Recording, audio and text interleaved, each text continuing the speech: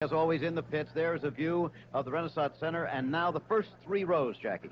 Well, the first three rows starting from the bottom end there in car number 23, Bruno Giacomelli from Italy. Bruno Giacomelli, 29 years of age, now makes his home in Italy. Next to him will be Manfred Winkelhock, and that's Bruno Giacomelli right there in that car number 23, the red and white car. He, of course, being very Italian, driving for an Italian team. Of course, very proud the Italians are of motor racing. That's Winkelhock. That's the driver who's going to be almost alongside him. It's a staggered grid here. They're not side by side. He's driving a car that, until now, has almost not qualified for many of the Grand Prix. It's always been a borderline case, and here he finds himself starting in 5th position on the starting grid. Very impressive for the young driver in his very first year of Grand Prix racing. Again, we're moving from the third row forward. That's correct. And as we go forward, we see Didi Pironi driving the lone Ferrari. Gilles Villeneuve was sadly killed in a race during practice. In fact, for that race, the Belgian Grand Prix, Pironi taking over the #1 position and the only position in this race for Ferrari. There you see Keke Rosberg from Finland. You see great difference in nationalities, putting on his balaclava to protect him against fire. In the case of fire, to give the driver an opportunity to protect himself. Driving a British car with Arab sponsorship. Again, the internationalism of Grand Prix racing. Frank Williams, the man who put that car and team together. Then you see another new international man, Andrea De Cesare, only 22 years of age, so nearly won the Monaco Grand Prix that we all hopefully saw in ABC's Wide World of Sports. De Cesare, very excited driver, had a little accident, damaged the car yesterday, and of course still wanting to win his first Grand Prix. And the man in pole position, the fastest man so far around here, Alain Prost, who, funnily enough, I suggested at the beginning of the season might win the World Championship this year. The enormous resources of the big companies behind him, Renault and Elf, sponsoring his team, a lot of money there with a lot of success so far, Jim. Certainly has. He won the first 2 Grand Prix of the season, and now he's on the pole for the first running of the Detroit Grand Prix. We'll be back live for the start. We're back again live in the streets of Detroit. Jim McKay in the commentary booth with Jackie Stewart, and there is the field. You're looking down at the first row of Alain Prost of France. He's to the right of your screen in the yellow and white car. In the red and white car, Andrea De Cesaris of Italy in the Marlboro Alfa Romeo. There is Prost's car, the pole-sitting winner. Again, remember, he won the first 2 Grand Prix of the season. At this point, Jackie, what's happening with these cars? We're very close to the start. There's an army of mechanics still on hand. These cars do not start with self-starters. They start with extra auxiliary batteries so that they don't drain any of the battery or any of the energy to restart the car if, for example, it breaks down or stops or spins out during one of these warm-up laps, or in fact during the race itself. So those mechanics are now clearing that grid. Now, of course, this will not be the actual start. What they will do at this point is move around slowly at first on a so-called pace lap, not actually setting the pace, because what happens at the end of that lap is they return to their positions on the starting grid. Would you say the main purpose of this is to make sure that everybody's motor engine is running and running properly as we look at the temperature and the other weather conditions there? The ideal temperatures, by the way, not too hot and not too cool. And as the cars move off there, keep in mind this is not the start of the race, this is the pace lap. The drivers get an opportunity to not only warm up the engines or their transmissions, but also their tires. And of course, René Arnoux is way back in the back of the grid, as we mentioned, the teammate of Alain Prost, who's in pole position. We can expect to see a bit of a rush up from him, but right now, as they go around this very picturesque Grand Prix with this Renaissance Center as almost a table piece in the center of this glamorous way of running a motor race through the metropolis. You see the cars there. You see Keke Rosberg's car, number 6, Pironi's car, number 28. That's the young British driver, Mansell, in car number 12, the black car, the Lotus, designed by Colin Chapman, who has won the Indianapolis 500 with Jim Clark, a great designer. There you see the specifications of the racetrack right now, 20 turns. Amazing, with more than 40 gear changes per lap. It's going to be tough. It's going to be very tough on transmissions here, Jim. All right, let's set the field now. In row 1, Prost and De Cesaris. Row 2, Rosberg of Finland and Pironi of France. Then Winkelhock of Germany, Giacomelli of Italy. Moving along, row 4, Mansell and De Angelis. Then Eddie Cheever of the United States, the only American driver in the race, and former world champion Niki Lauda. Then Guerrera, the first Colombian ever to drive Grand Prix, and Derek Daly of Ireland. Row 7, Jacques Lafitte and Riccardo Patrese, who was so effective at Monte Carlo. René Arnoux, Michele Alboreto. in the Tyrrell. Row 9, there's John Watson, who's won a Grand Prix this season, and Jochen Mass of Germany. Row 10, Marc Surer of Switzerland, Brian Hinton. Row 11, Raoul Bossel of Brazil, Jean-Pierre Jarrier of France, then Ricardo Paletti and Mauro Baldi. Row 13, 2 in a row, as you see, Eliseo Salazar and the Brazilian Chico Serra. That's the field then, Jackie, and a very, very tight race course, as is indicated very graphically here. Well, amazingly, they're doing about 100 miles an hour through there if they're really standing on it. Of course, we're still in the pace lap. Look at our tunnel shot here, a great shot in this tunnel. Again, we have a tunnel in Monte Carlo. So much of this racetrack in some way resembles Monaco. I don't mind saying it because this could easily be Monte Carlo right here. It's not quite as long a tunnel, but a great shot for us as the cars come out of there and head towards the start-finishing line, and they'll be slowing their pace up so that they don't have to wait too long.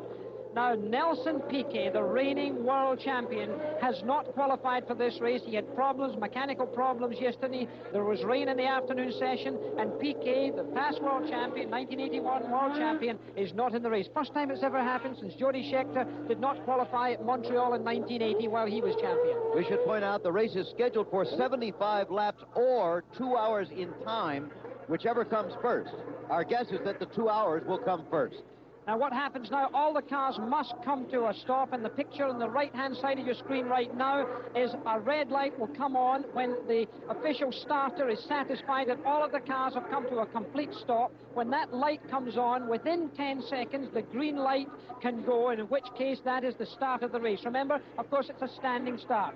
The car at the back there, by the way, is medical crews, and they're under starter's orders.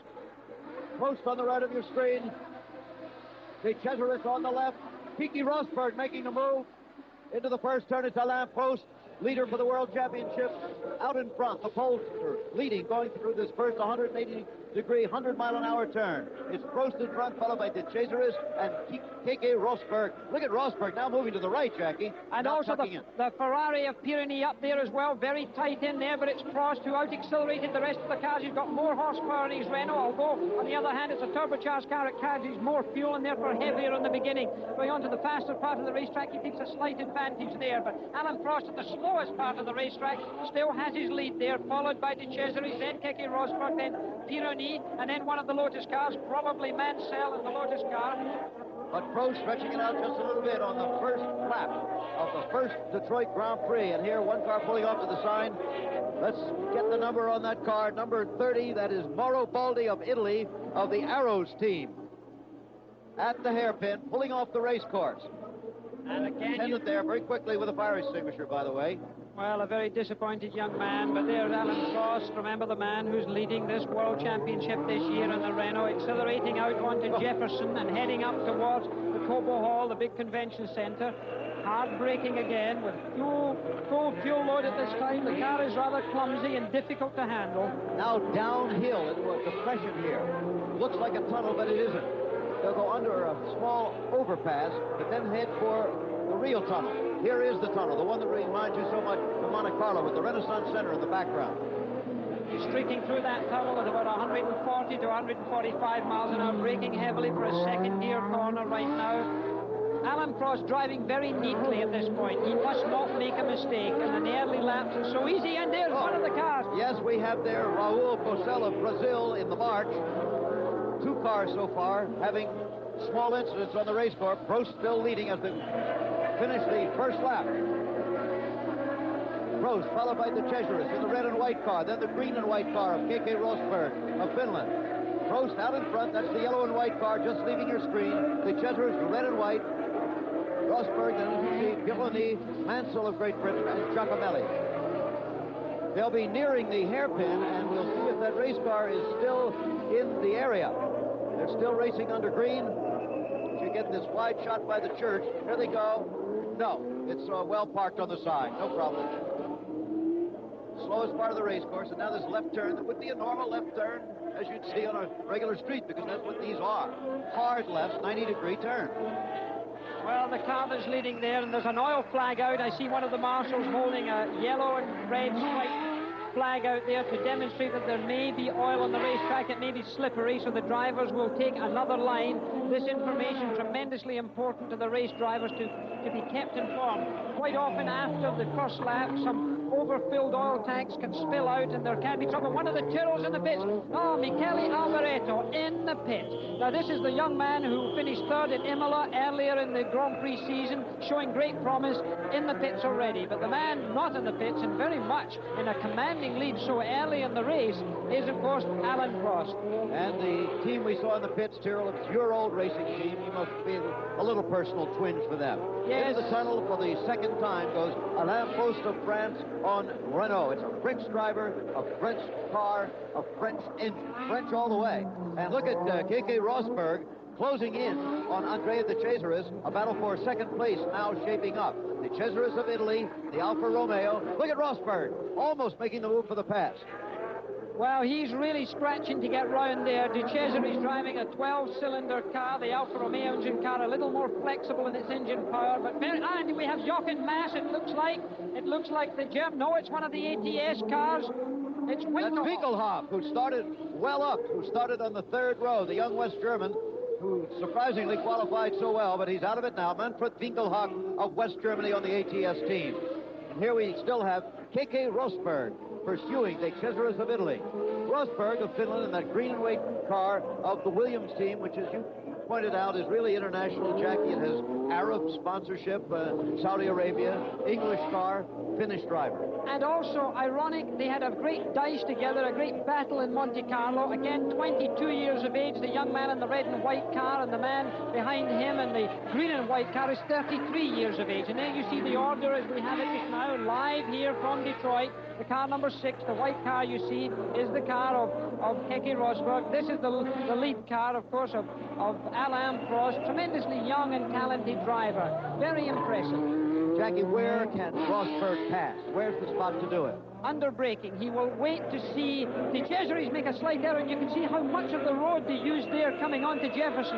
Right there, Keke Rosberg has no reason to go out around there. He's probably trying to miss the manhole covers because we're running through the streets here, and he wants to save his suspension and his transmission. And the more you miss in the way of bumps, the kinder you are to your car, because these cars literally have no suspension left. They have a thing called ground effect, which makes the car really stick to the road, but it works best when there's little or no suspension movement. The same ground effect that we had at Indianapolis, but they're allowed to have a stronger ground effect, are they not, in Grand Prix racing? They are indeed, and it was here that it was developed, and Rosberg trying to get a pass. He's got done it.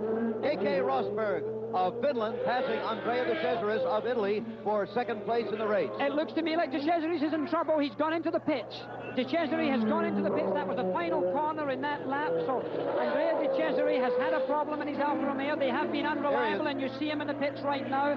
They have not been too good this year so far. He's getting out of the car. It looks to me like he's trying to unbuckle his seatbelt. It looks more than just a problem of perhaps a tire going down or a minor problem. They're chatting too long. I think you can expect little or nothing in the leaderboard from now on from that driver. Well, remember that in this kind of racing, there are no scheduled pit stops in this race. This is not Indy, where you can make up time when the other fellow makes his pit stop. You make a pit stop here, it's all time against you. Looking down from high overhead, and there are the standings. Prost and Rosberg. De Cesaris now into the pits, so forget him. Pironi, Mansell, and Giacomelli. We're live from the Detroit Grand Prix. Live in Detroit again, still Prost of France leading the first Detroit Grand Prix, followed by Rosberg of Finland, Generoni of France, Mansell of Great Britain, Giacomelli of Italy, and now Eddie Cheever of the United States in car number 25 has moved up among the leaders. Eddie's been getting better and better in the past couple of years, hasn't he, Jackie? Very talented young driver, a man that we can expect to see a lot more of in the future. Would be very nice to see the American flag flying and someday your national anthem playing at the end of a Grand Prix. Eddie Cheever might be the man to do it. Well, of course, there have only been 2 Americans to win the World Championship, Phil Hill and Mario Andretti. Phil back in 1961 and Mario just a couple of years ago. Look at how close they come to the edge of that wall, Jackie, coming into Jefferson. We have a report right now, however, in the pits from Chris Economaki. Chris? Oh, I have here Andrea De Cesaris, a short race for you. What was the problem? I had a problem with the transmission. Something drive shaft broke. What about the circuit and all the cars on it? Well, the circuit is too bumpy, as everyone told before, because the surface is not good at all. Now, how about your teammate? You root for Giacomelli? Yes, we look for him. Okay, Andrea De Cesare is one of the first men out of the race. Back to you, Jim. Okay, a disappointed driver, particularly disappointed because he's so young. It hasn't happened to him that often yet. Alain Prost of France still leading the race in car number 15, the yellow and white car at age 27. Remember, he won the first 2 Grand Prix of this year. Then he had a 21st at Long Beach, 10th at San Marino, 12th at Belgium, 7th at Monte Carlo. So he hasn't had a really good result for quite a while. Well, of course, the man who's leading the race right now is Alain Prost, because Alain had that dramatic accident so close to the end of the Monaco Grand Prix. He was all set up to win the race, came out of the chicane, drove into the barrier at incredible speed and had himself, in fact, an injury to his ankle, which looked quite nasty, and I know concerned him very heavily about the remainder of the season. Luckily, he was able to recover from that. There he is, still leading the race. As a matter of fact, Jackie, you had a conversation with him that related to that a little bit earlier. Jackie Stewart talking with race leader Alain Prost about that injury problem. How is your foot after the Grand Prix of Monaco? I was very bad last week, and I didn't know if I was able to race here. I think it will be difficult to race for me because it's a very bumpy track, and for my foot it's not the best track for driving. But it's getting better and better, and I think for Sunday it should be okay. Well, he has to go 2 long hours out on this race course in pretty hot weather inside the cockpit. 2 drivers in a row, Jackie, have mentioned the bumpiness of this track, and it does seem to me you can see the wing going up and down at times. What's your opinion about that? You said you think it's a good race course.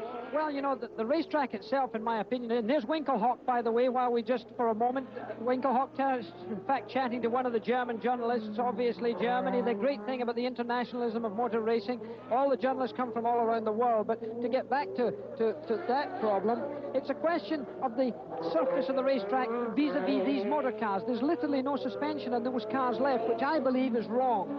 If you were running any other kind of race car on this surface, the surface would almost be billiard table-like. But Grand Prix cars now have removed the suspension to try and effect this ground effect adhesion. And quite frankly, I think it's the cars that are out of sync rather than the road surface itself. That, of course, is a personal view by me. I think many of the racetracks in the world are constantly being criticized for being bumpy. It's the first time out here in Detroit, and of course things like manhole covers certainly add to the aggravation.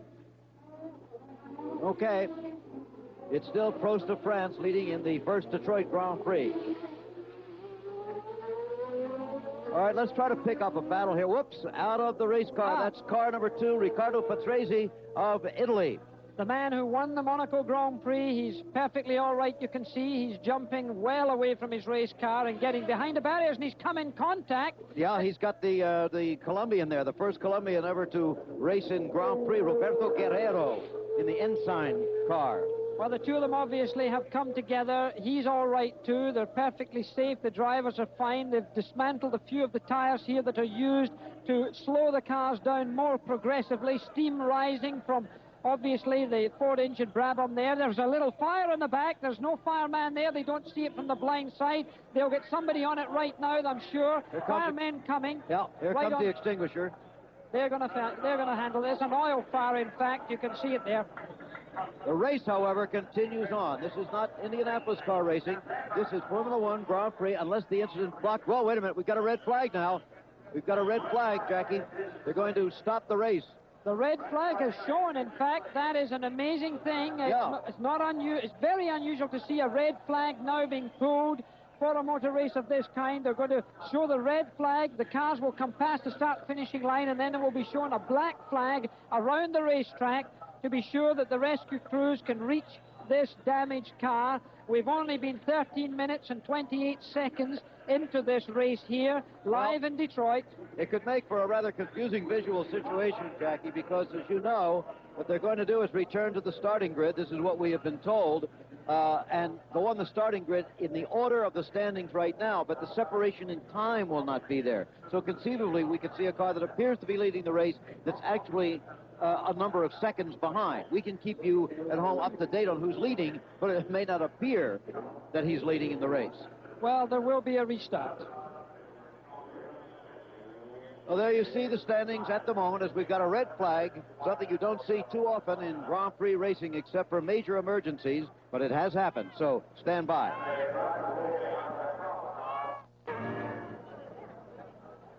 Back again live at the Detroit Grand Prix. There are the standings, but the race is at a standstill right now. Prost, Rosberg, Pironi, Mansell, Giacomelli, and Eddie Cheever of the United States in 6th place in the race.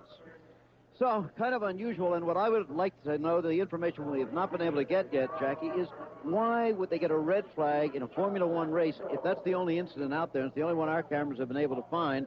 The car was off to the side of the road. There was a small fire. It looked like they'd have it out any moment, which I believe they have.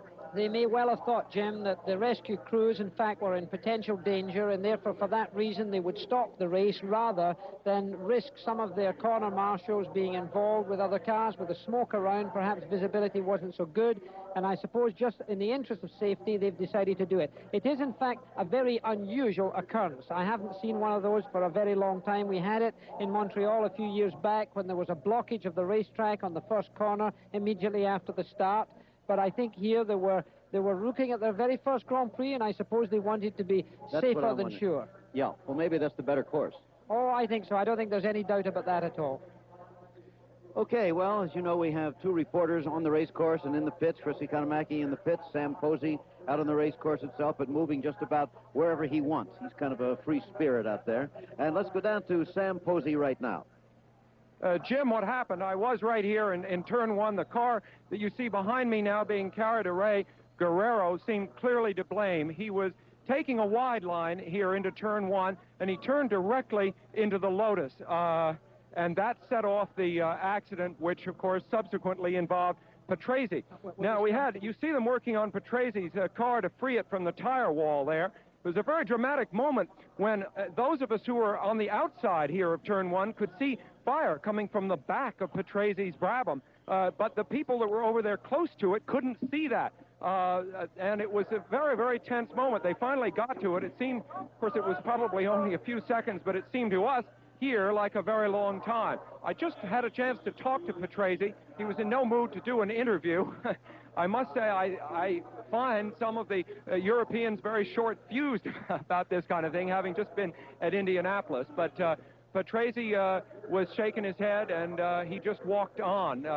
I think that, of course, he's the man that won Monaco, the most recent GP, and he suddenly was having a resurgence and a real chance in the World Championship, so I guess I can understand his disappointment. It all happened very quickly down here, and fortunately, at least as it looks at the moment, nobody was hurt. Back up to you, Jim. Okay, Sam, thanks very much. Of course, there were some fuses at Indy last week that weren't all that long after the accident before the start of the race.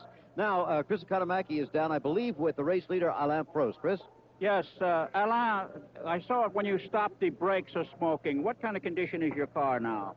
I think the car is nearly perfect. Handling is very good. Engine is running very good, but my problem is the brakes. The brakes? 4 or 5 laps. Brakes are not so good, and the smoke is not a problem, but brakes are going very very hot. You see Rosberg in your mirror? No, but I knew that he was about 3 seconds behind me, and it's difficult to lead the race, because if I have some trouble on brakes on this kind of track, it will be very difficult. You broke a toe in Monte Carlo. How is your foot and your toe now today? It's not too bad, but it's not perfect. The problem is to do 70 laps here. It's very difficult for me, because when I brake, it's a bit painful on my foot. So it depends on if the race is very hard or not, and if I have some brakes or not, because if the pedal is too long, I have a big problem to brake. But you're still smiling, and good luck to you, Alain. Back to you, Jim McKay. Okay, we want to reiterate the situation for you and set it once again. Now, if you are a little bit confused, don't worry about it, because even Prost there didn't have the number of laps correctly. As of yesterday, they said it was a 70-lap race, or 2 hours in running time, whichever comes first. This morning, they changed it to 75 laps, or 2 hours, whichever comes first. It seems certain that they will not run either 70 or 75 laps in 2 hours here. So it's going to be a 2-hour race of running time. But let's do this restart business once again. You tell me if I'm right, that they have stopped the race, they have red flagged it. When they started again, they'll be in the order of standings that they were when the red flag came out. but then it's on a total time basis. It's not like closing up under a restart in NASCAR or Indianapolis. It's going to be a bit confusing. It'll be a restart in the position that the cars crossed the finishing line the lap before the red flag was shown, so that nobody could take advantage in the last few hundred yards. So, yes, they will restart. They'll start in the positions that the cars crossed that line the lap before, so you'll get, in other words, Eddie Cheever will be in 6th position of the starting grid, unlike what he was in the original position, because that, as you may remember, was, I believe, held by Jack O'Malley. So therefore, the whole grid has changed, but we will see another start. The start procedure will be exactly the same. Once again, a standing start, as it always is in Grand Prix racing. However, the first car across the finish line at the finish will not necessarily be the winner, because the time will be added together. They don't do that in American racing. It'll be total running time for each car that counts. A little more news in the pits from Chrissy Katamaki with KK Rosberg. KK, you were doing extremely well. Are there any places on the circuit where your car is better than Prost Renault? Everywhere. You sound like a car salesman. Seriously, where is the best place on the circuit for you? I don't know. There isn't one particular place on the track. I think I was just a marginal quicker everywhere, and I know that he's on different tires than I am, so, and he's got a turbo, it suffers from brakes, so by pushing him hard, we'll be all right, no problem. Okay, what about the surface of the bumps? Are they more difficult for you, or the same for Prost and you? They're the same for everybody, you know. Everybody has a head on the shoulders, and that's where it hurts. You have a confident feel to yourself. You think you'll win today, KK? Yes, I will. There you go. KK Rosberg, a confident man waiting for the restart. Back to you, Jim. He's good everywhere on the course and better than anybody else, and yes, I will. I will win. Look at the shot from the Goodyear blimp high overhead down on the Renaissance Center. We're going to take a commercial break here. Going to go to a commercial in 5, 4, 3, 2, and you may go anytime you wish. Well, there are the cars slowly being reordered on the starting grid, waiting for a restart in the Detroit Grand Prix. It's not raining. There has not been a major accident. There was a rather small incident on the race course. The Cesaris of Italy's car was put out of the race by it. A fire started in the engine compartment after he had an incident with Guerrero of Colombia. And it's very unusual to see a Grand Prix race stopped under these circumstances if you've just joined us right now. But it has been stopped. It will be restarted, and the winner will be determined on a total time basis. Now, right now we've got this sheet, Jackie, and Prost is a matter of 3.2 seconds ahead of KK Rosberg of Finland, but on the restart, there'll probably only be a fraction of a second behind. So we'll explain that more as we go along. Right now, I said at the beginning that they'll be going over manhole covers in this race and trolley car tracks and under traffic lights. Well, Sam Posey earlier did a little piece on the obstructions and different things on this track. The course may appear to be pretty smooth, but when you remember that these ground effect cars, in order to work properly, need incredibly stiff springs. The springs are 10 times stiffer than they are in a passenger car. It suddenly means that any irregularity at all in the track surface transmits a tremendous jarring effect to both the car and the driver. Now, I'm just at a point of the track a little bit after the hairpin at the intersection of Chrysler and Larned Streets, looking at a storm drain that happens to be right in the line where the cars are going to have to go. There's another storm drain just beyond me, also in the line. Now, going over these rough areas, a car will not lose its ground effect suction, but it will be thrown very sharply, and the driver will be a terrific shock to the driver's body, which will tire him considerably as the race goes on. Let's go on around the track and have another look at the rest of it. Further down Larned Avenue, the drivers will encounter a veritable minefield of these manhole covers with steam coming out of them. You'll be crossing this manhole cover at over 130 miles an hour. If you try to miss one, well, then there are others here on the same straightaway. Some of these bumps are severe enough to cause the bottom of the cars to scrape along the track, despite the stiffness of the car's suspension. Finally, here in front of Cobo Hall, these trolley tracks cross the course. Now, we've only seen a few of the many bumps around the track. And if you're only doing a few laps in a racing car, well, they're not too bad. But when you try to race for almost 2 hours, they add immeasurably to the driver's fatigue. Well, again, while we have the chance to explain this situation, let me put it another way. When this race is restarted, let us suppose that Rosberg is in second place now, trailing by 3.2 seconds, passes Prost, who is the current leader. Well, let's say he takes a 3-second lead. If Rosberg takes a 3-second lead over Prost, he's still 0.2 of a second behind, because it's the total time added together that's going to determine the winner of this first Detroit Grand Prix. It's something different, as we said, for American racing. Well, it's true, because the penalty, of course, of stopping may help others, may help some of the drivers and some of the cars, but I doubt it very much. I think when we look at the grid and we see the cars, some of them stripped off, Jim, to try and allow the brakes and the engines and the transmissions to cool just a little bit, you see the concern the mechanics have. So seldom do the mechanics ever get an opportunity to have a look at their racing cars after they've done a few hot laps around a Grand Prix racetrack. So they're all hoping now, and I think the fact that Alan Prost mentioned his brakes is a very clear indication that that team is worried. I think the mechanical factor here, the attrition factor, could really be a major issue in this motor race. So I think we can expect not only brake troubles, as I did say earlier, but also probably transmission and potentially suspension problems. Very tight racetrack, very difficult, very demanding. But then again, that's what Grand Prix racing's all about. It's not just a test of the driver, it's also a test of the machinery. Chris Economaki right now is with the only American driver in the race, Eddie Cheever, who's doing quite well. Chris? Eddie, you're looking very well on the circuit. Your 12-cylinder car. Is it the right engine for this kind of a circuit? Our car and engine are going well this morning. I'm a bit annoyed you have to stop the race because everybody else is putting on the same set of tires that we had, and I had a definite advantage over everybody. Really? Do you think it was right to have stopped the race? I think for security reasons, it's always good to stop a race. I don't believe in driving in a circuit condition, in a dangerous circuit condition. One set of tires A versus tires B on that. How much of a difference does that make? Enormous. On a 2-hour race, if you run with too soft of a compound after 5-6 laps, you're already in trouble. In fact, the two cars that were in front of me, both the Alfa and the Lotus, were having tire problems, and I was cruising. So I'm very annoyed that they stopped the race on one side, but I think it's always good for safety reasons to see. I didn't really see the reason why they did stop it, though.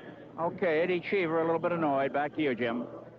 Okay, and the race still at a standstill. We begin to wonder now why it is taking so long to get the cars reordered and the race restarted, since the incident was not of a major nature. As far as we can see, the track has been completely cleared.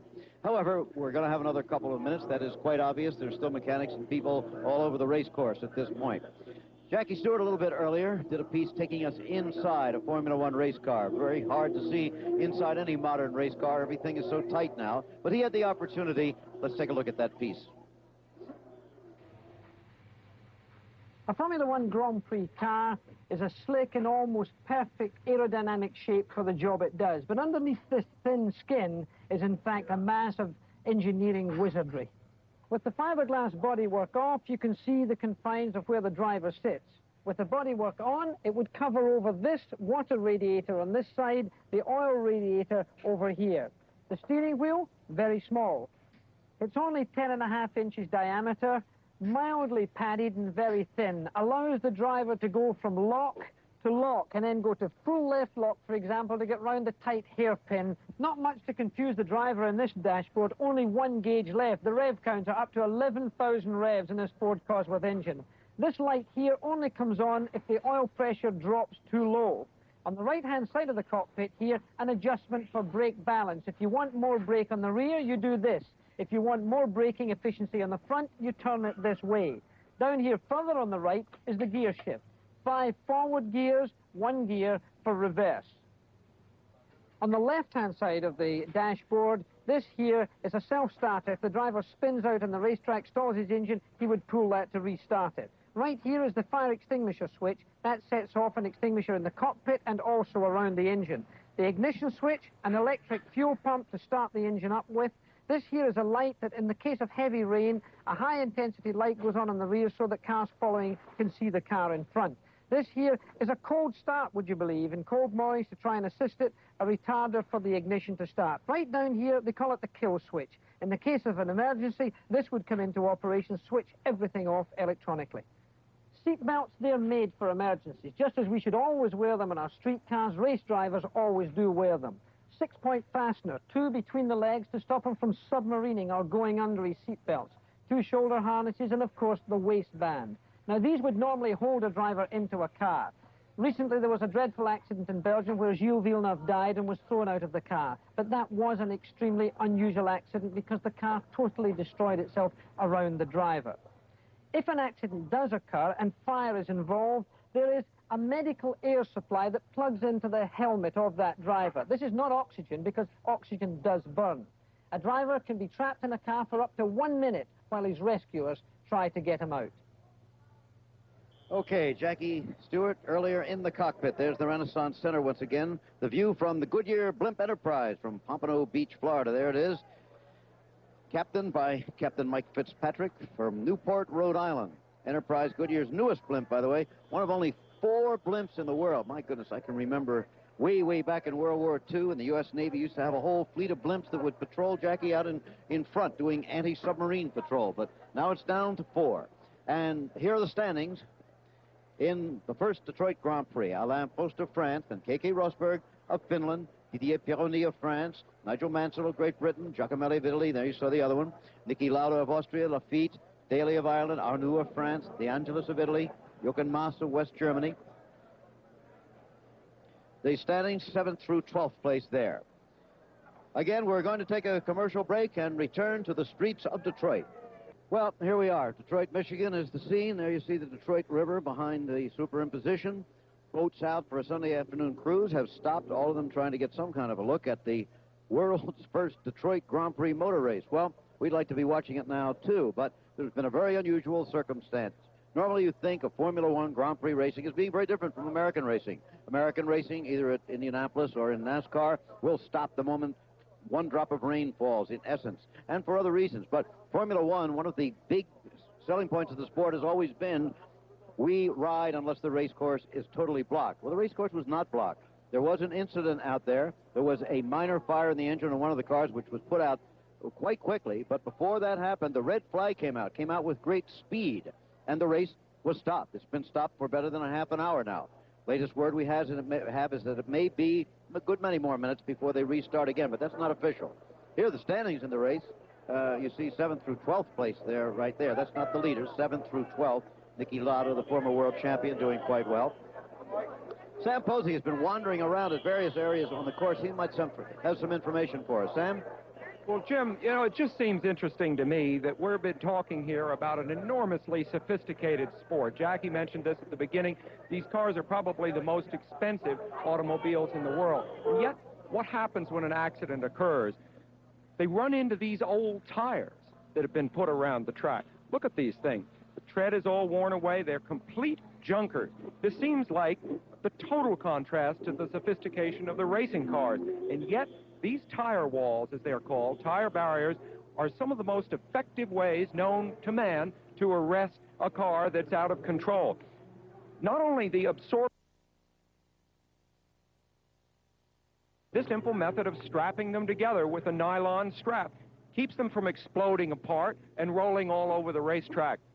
It's kind of a small thing, and it's fairly new, curiously, in the world of Grand Prix, only the last 4 or 5 years. And if you're thinking, well, maybe we should have something like this at Indianapolis, it doesn't really work except in slow turns. If you careened into this at a very high speed, the tires would go all over the place. If you think back to Gordon Smiley's crash at Indianapolis, it really wouldn't work there. But it's ideal for city courses like this, and this accident we had this afternoon would have extensively damaged all 3 cars that were involved without these tires. As it was, they were hardly hurt at all, which I think, Jim, is good news. Practice makes perfect, maybe even in the safety area. Sam, can you hear me? Yes, I can. You were down there. You saw the incident occur. Would you have red flagged it? Well, I like what Eddie Cheever said, Jim. Why take a chance? Everything is new here. You see, Patrese car was on fire. We have to realize that, and it could have exploded suddenly. I mean, there was quite a blaze at the back. I think that the decision may very well have come from somebody that was on my side, or had been relayed to the chief steward from somebody that was on my side of that and saw the fire. Nobody else did. I think the fire made it a major risk. Actually, as for whether the track was blocked, no, it really wasn't. There was plenty of room to race by. The incident was all on the outside of the track. You can see there the the whiteness where Patrese went in. The other cars were beyond that, well out of the line. Okay, thanks very much, Sam Posey, out there on the race course as we continue to come to you live from the streets of Detroit. Now, again, maybe you joined us thinking, well, I'm going to watch the second hour of the Detroit Grand Prix. If you have just joined us by any chance, the race has been stopped. It's been stopped for a good long while now. It appears that it may be, I don't know, another 10 or 15 minutes perhaps before they restart the race. They only did 6 laps. Prost of France is leading, and Rosberg of Finland is in second place. When they resume, they'll start in their order of position in the race on a starting grid, but we'll fill you in on that. We're going back to New York right now. We'll return later. Live in Detroit. Still no racing going on. You may hear the sound of racing engines, but they're warming them up. They've been doing minor repairs to the cars.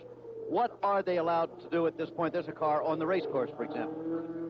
Mansell, the car of Mansell, the Lotus, coming back onto the what they call the dummy grid. What will happen now is that those cars will be allowed to have any work done on them at all.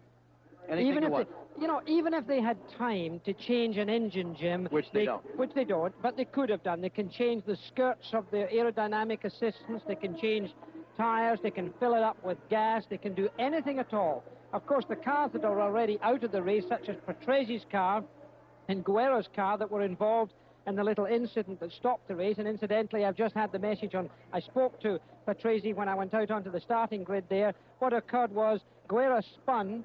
John Watson, who was behind him in the McLaren, had to brake very, very heavily, and Patrese, to avoid hitting Watson, got it into the marbles or out onto the loose stuff, lost control, spun off and hit the wall.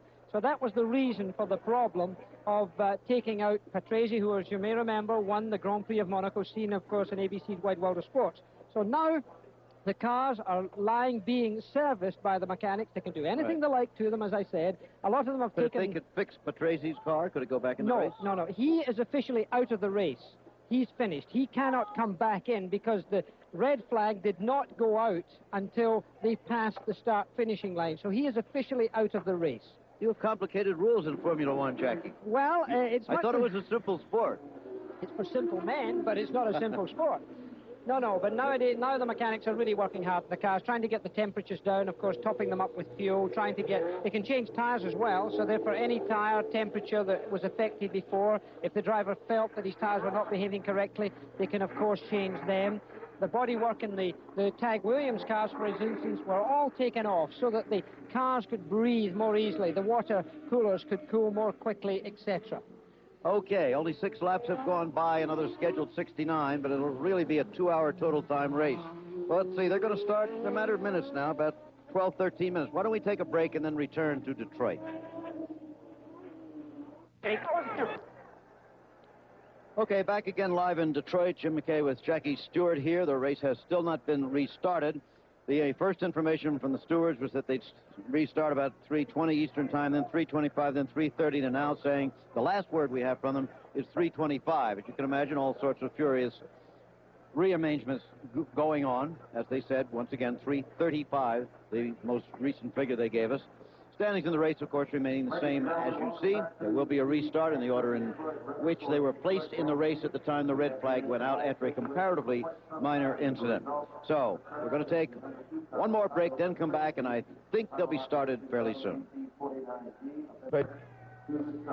Back again in Detroit, where the latest word is now, I believe I just heard them say 5 minutes they're talking about for the restart of the race. As you look from high overhead, and now you're back in the commentary position with Jackie Stewart and me. So the incident was right down here shortly after the first turn, Jackie. Everybody now trying to get revved up again for the race, having tried to redo their travel arrangements and things. Nobody more anxious to get back home again, by the way, than our man Sam Posey. His wife Ellen had their first child about 3:30 Friday afternoon, and he's just waiting to get home. John Jameson Posey, welcome to the world. However, why don't we take another look at this race course, Jackie? You explained it to us once before. Now, with the point of view of what has happened and transpired in the race to this point, why don't we look at it once more again? A point of view, subjective view of the course in Detroit. Well, the car we're in fact going to be looking at, and there you see the graphic of the Grand Prix of Detroit. I remind you, it's a 2.5-mile racetrack with 20 corners around it. Very tough on the driver, very tough on the car. And in fact, the car that we're sitting in right now with our camera, so to speak, is the car of Alan Prost, who not only is leading the World Championship, but leading this very race, so it's very apt. And it's just at this corner, in fact, that the incident occurred. Guerrero spun, and John Watson braked very hard, and Patrese went into him right about here, in fact. So Alan Prost's car being driven now and accelerating hard with about 600 horsepower. Now, this was a warm-up lap for Alan Prost, so you're hearing engine sounds that you would not normally hear. We raced towards this beautiful Renaissance Centre, then turn right and go uphill a little bit, and this is where road racing is so different from the ovals of the stock cars or Indianapolis, and around these right-hand bends as well as left-hand bends, and seldom do you have a church in the approach to one of your corners. It was in the corner coming up now that the first lap incident occurred, where one of the drivers went straight on there. So it's a very slow corner, about 30 miles an hour here, so no damage was done. They accelerate along to Congress, and again, the sort of between 500 and 600 brake horsepower really come into play, and you can almost burn rubber as you accelerate along this straight stretch to about 140, brake hard through this left-hand bend, and it's on those hard braking sections that the brakes really get hot and can potentially cause a problem, particularly to the Alan Prost Renault car, because it has to carry more fuel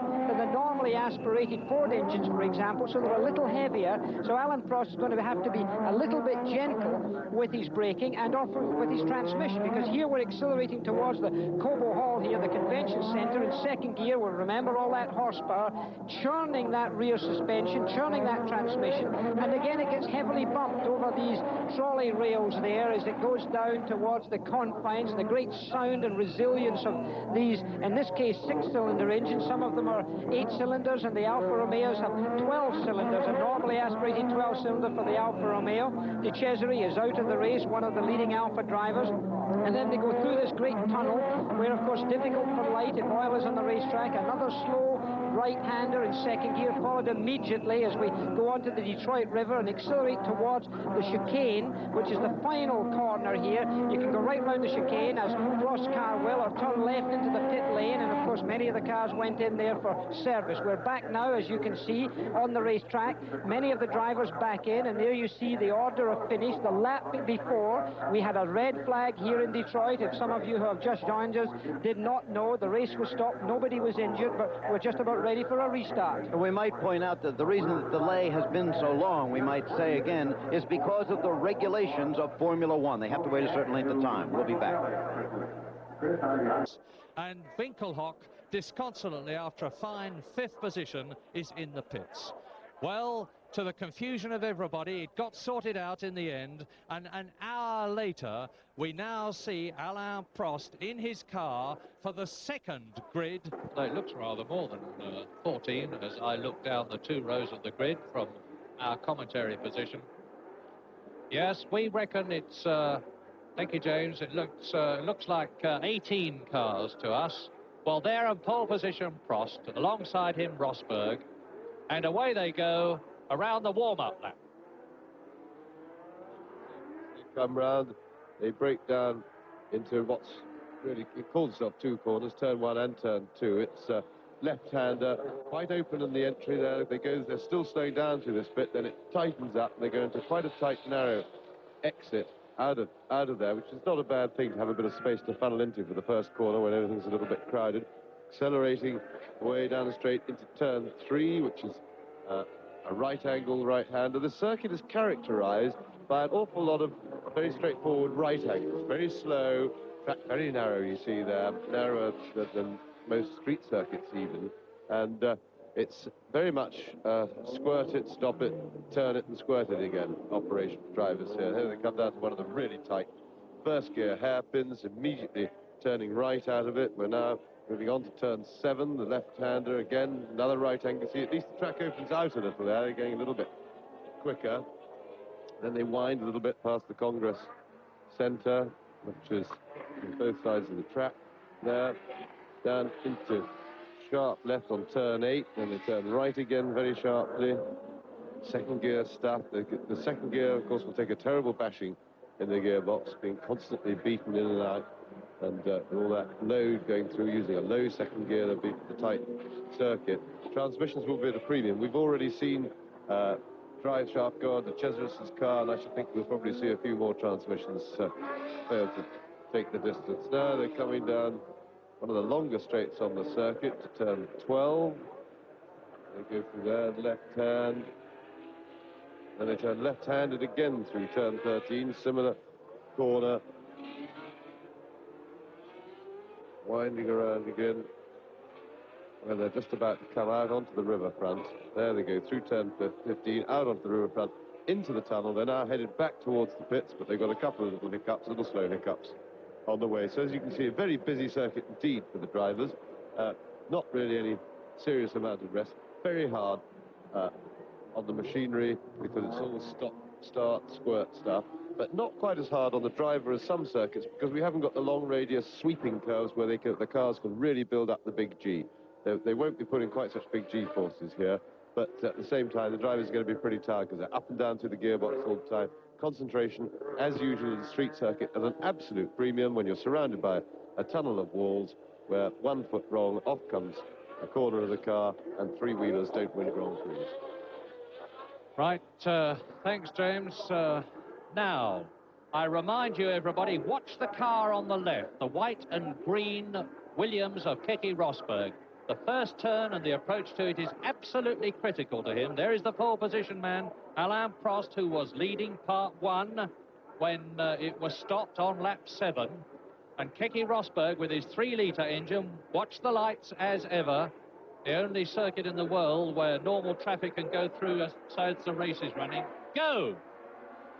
And Rosberg was left, and Prost gets away beautifully now. Is Rosberg, and Pironi is right up with them. And Prost and Rosberg fighting for the lead, and Prost has got it as he did in the first part. So it is Prost and Rosberg and Pironi, and then behind Pironi is Bruno Giacomelli. Then it is one of the Talbots, and Nigel Mansell is coming up well. It's Prost, Rosberg, Pironi, Giacomelli, Cheever, I think it is. Yes, it must be Eddie Cheever. Down to the hairpin, and it's still Prost, Rosberg, Pironi. Giacomelli, Cheever's up a place. There's Arnoux trying to fight his way through, pushing by Nigel Mansell at the side, and Niki Lauda going through. And they're all round the hairpin successfully on the first lap. Well, a little bit of bumping and boring there. Mansell got pushed so wide so far out, he didn't have enough knock to make the corner and had to actually spin the wheels to bring the back round, and nearly got on the wall for no other reason. A great start by Keke Rosberg. He certainly used his best endeavours. He got away from the line first of those 3 front runners, but he was then swallowed up the power down to the first corner by turbocharged engine. He had his nose in front, but he didn't have the line. He couldn't get any daylight between him and Prost. Prost, very cool, very experienced now, drives with like a man with considerably more years experience than he has got, held on to things, and he's got Rosberg where he wants him, behind him, and now all he has to do is defend. Well, I say that, he's got an awful lot of defending to do and an awful long way to go, but he's done on this sort of street circuit really the lion's share of the work already. Well, almost 1 lap completed as they come out of the Atworth Water Tunnel down to turn 16. Now on and into the start and finish straight, round the kink. And Alain Prost leads into the start and finish straight, up to turn 1 and 2 again. Now, Alain Prost has done exactly what he needed to do with Rosberg in second place. He has managed to get clear on the first lap. And how clear, because that is quite a cushion. That is over a second at the end of 1 lap, which around a street circuit like this takes a heck of a lot of doing. In fact, the gap was just on 2 seconds as he went round the corner there. Rosberg second, Pironi third. Yes, looking at the first heat in the earlier part of the race that we saw, it does look as if Prost has he had a little bit in hand, I felt, then over Rosberg. Rosberg seemed to be on the limit, and he's used that to advantage there. He was resting before, but now he's just going away very well indeed. He was on the pole. He's obviously in command of this race. I think he'll go away, give himself a little lead, and then probably do as he did in the first heat, try and take it easy, because he's got a long way to go, and physical and mechanical endurance are going to be the order of the day. And this, of course, is exactly what Alain Prost did at Monaco. He built up a lead, And then in the 74th lap out of 76, he lost it because of a combination of Derek Daly's oil and rain. So Keke Rosberg is in second place, Pironi is third, Giacomelli there in the Alfa Romeo is in fourth place, then Eddie Cheever. René Arnoux in the second of the Renaults is in sixth position, so both the turbo Renaults are well up into World Championship point standings at the present moment, albeit with a long way to go. And they have Niki Lauda there. That's interesting. The caption shows 7 laps, of course. They are adding on the laps that are being done in this second half to the 6 laps that were finished in the first section of the race. And we were expecting the race to last 64 laps. There is Cheever in 5th position, followed by Arnoux in 6th place. Now let's see who's in 7th position. And we've got computer working, bringing the tyres together as René Arnoux tries to challenge Eddie Cheever in 5th place. The V12 Talbot, the V6 turbocharged Renault, 5th and 6th places. And a wonderful, almost aerial view as we look down on them from one of the skyscrapers. There are some extremely good camera positions here, and there is Niki Lauda in 7th place in the Marlboro McLaren car, and René Arnoux is really challenging Cheever. Meantime, Giacomelli is pulling away a bit. There is the red and white McLaren behind, the MP4 car.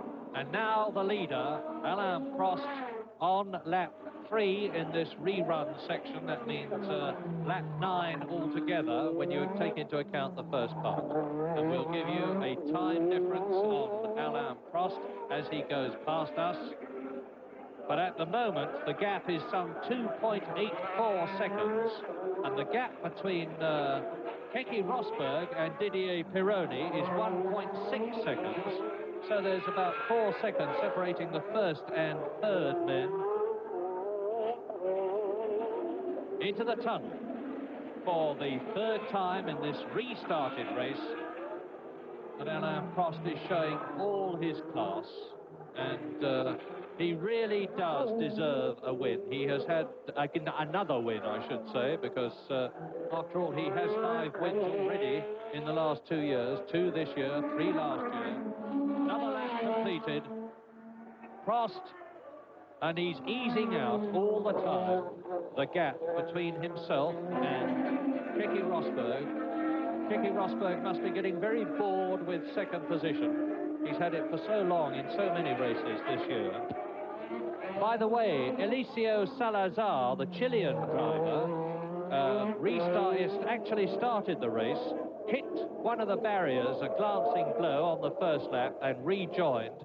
He's gone into the pits in our sight, as has Michele Alboreto, the Tyrrell driver who has driven so well this year and had bad luck at Monaco. Michele Alboreto, who's in 7th position in the World Championship. There is Prost. This is lap 4. And when I give you lap numbers, it is for the second part of the race. Remember, 6 others in the first part. Well, looking at the way Prost's driving at the moment, it looks horribly like a Prost benefit to me. I think I get the feeling he's already eased up a little and is not going absolutely flat out. He's driving a conservative type race, conserving himself in his car, and it must be very depressing for Keke Rosberg following behind, having this constant view of Prost's rather unattractive exhaust pipe. At least it's unattractive to you when you're chasing it and trying to get past it. And you've seen an awful lot of it this year. Prost has really been the outstanding driver-car combination with his Renault throughout the season in Grand Prix racing. Has surprisingly few results to date, and funnily enough, one of his 2 wins was a luck out in that it was on technicalities and he got handed after the win after a disqualification. So anyway, he certainly deserves 2 wins. Nobody can argue with that. But as I say, he's boring us all a bit by being too dominant of this race, and it's a pity because it doesn't look as if Rosberg's going to get back on terms and give him a straight fight. Well, there is Rosberg, and Pironi still in 3rd place. Bad news for those of you wide world of sport viewers who are interested in the John Player Special Lotus mark, because Nigel Mansell is dropping back. He's in 9th position. And on lap 5 in this restarted race, Alain Prost, that we are looking at now, leads with Keke Rosberg in 2nd place, with Pironi in 3rd position, with Giacomelli in 4th place, with Chiva in 5th position, with Arnoux 6th and Lauda 7th. In 8th position is Derek Daly. In 9th place is Jacques Lafitte. In 10th position is Jochen Maas. In 11th place is Nigel Mansell, dropping back. And in 12th position is Mansell's teammate Elio De Angelis. That is lap 5, and we're almost at the end of it, you see. And it looked to me as though Didier Pironi is closing up slightly on Keke Rosberg. Meantime, our producer is favouring Alain Prost, who leads.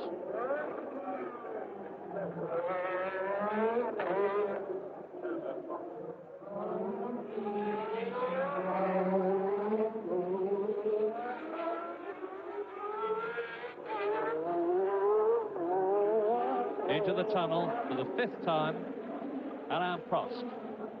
Out of it. Down to turn 17.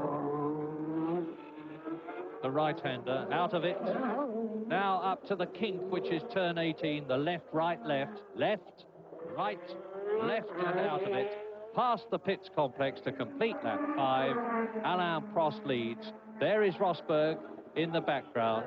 There is Pironi, there is Giacomelli. So it's Rosberg 2nd, Pironi 3rd. In the red and white car is Bruno Giacomelli. Then in the Talbot, Eddie Cheever.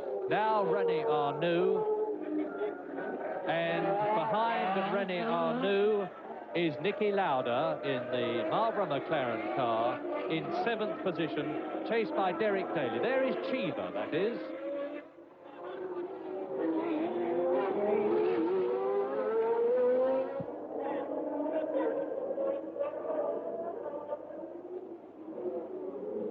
And Giacomelli closing up on Pironi. Pironi has less of an advantage on this circuit against the Alfa Romeo than he would have on a fast circuit, because the Alfa Romeo is very quick indeed and has got extremely good low-speed torque, the V12 engine. And Giacomelli is another driver like Alain Prost, who is very much after a win.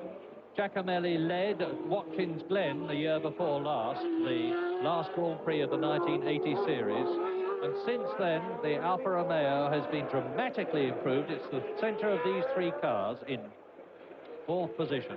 There's Eddie Cheever 5th, and the V12 Alfa Romeo has been enormously improved by Gérard Ducarouge, the ex-Talbot Ligier team manager, who's designed a completely new car. And look how Giacomelli's pressing. Yes, Giacomelli's going very well indeed now. He's really climbing all over the back of the Ferrari. And, of course, just to add spice to that battle for the Italian community out there in Australia, I know there's a terrifically large Italian community who are very, very keen on motor racing. They will know only too well that there is massive traditional rivalry between Ferrari and Alfa Romeo.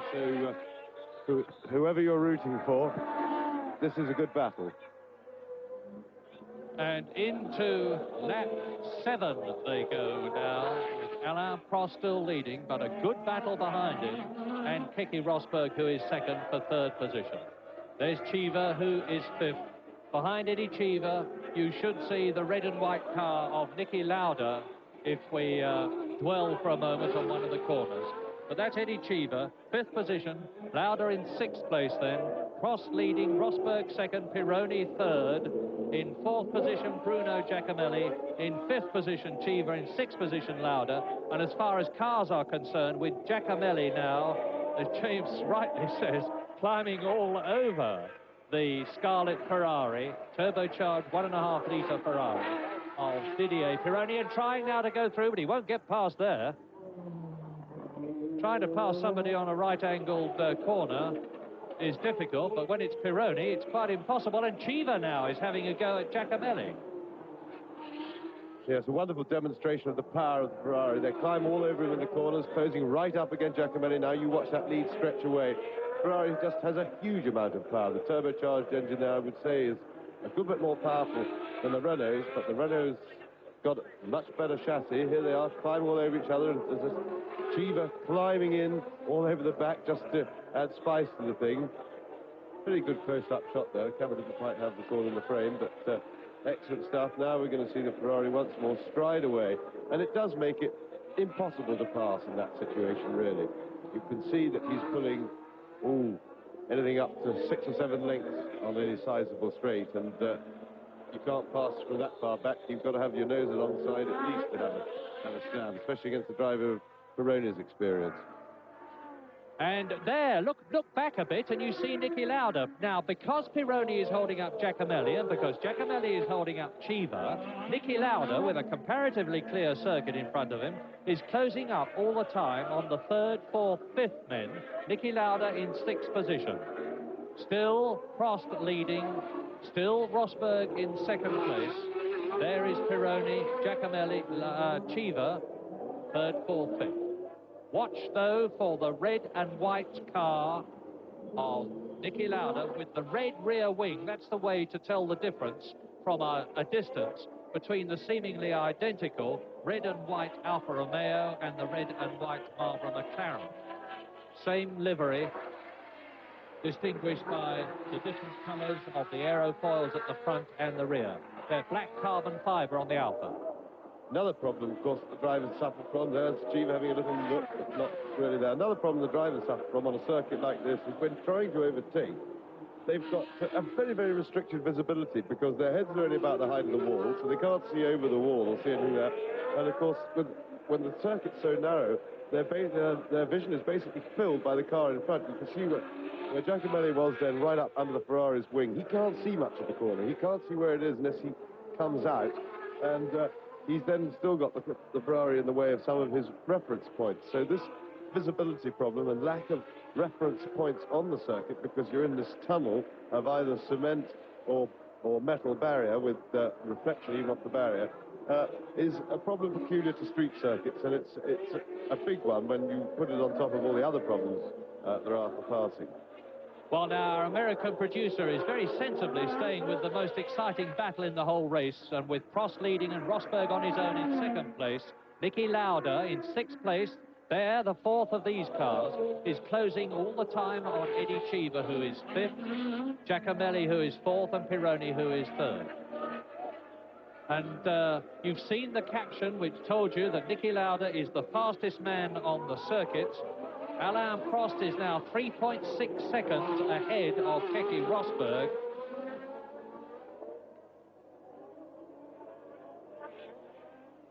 Pironi, Giacomelli, Lafitte, Lauda, Chiva, Lauda. And the gap between Chiva and Lauda is 1.03 seconds. And I do not think it is going to take ex-double world champion Niki Lauda all that long to nibble away at that. But then Lauda is going to have the problem that's already facing Chiva and Giacomelli, how to get past the man in front. Where can you do it on a circuit like this, with cars that are as wide as this and whose performance is as similar as it is? Nowhere is the answer to that, quite honestly. With the Ferrari's superior power out in front, it does, without any doubt, Pironi is going to have to make a mistake. Either that or, I mean, the only chance is for Giacomelli to have a total kamikaze run at him, of which Giacomelli has proved himself quite capable in the past, I should add. But I think it would have to be kamikaze even beyond Giacomelli's potential here, quite honestly. No, you've got to wait for a mistake or a problem with the Ferrari. I think the Ferrari is probably running pretty hard on the tires. It's a very heavy car, puts a lot more power than the Ford engine cars through its rear tires, and it seemed to slow down in the previous heats as the laps wore on, and we're now running into that sort of distance. And but of course, the big problem then is if he's going slow around the corners, he still can't be passed. He squirts it away down the straights, and it just builds a bigger train, as we've seen so many times in the last 18 months since Ferrari introduced these turbocharged cars. And they haven't yet produced a good chassis. This one is a major improvement on the dreadful abortion that they turned out last year, which was an excuse for a chassis. But it's by no means a good chassis. They've got a more powerful engine than the Renault, and the Renault's up front driving away very smoothly. Well, I can tell you, as we look out of the box, that Keke Rosberg is actually starting to catch Alain Prost. He's putting in a charge. The gap that you saw on the caption of 7 seconds has now been reduced, and Keke Rosberg is now 6 seconds behind. So he's gained a second and a half on the race leader.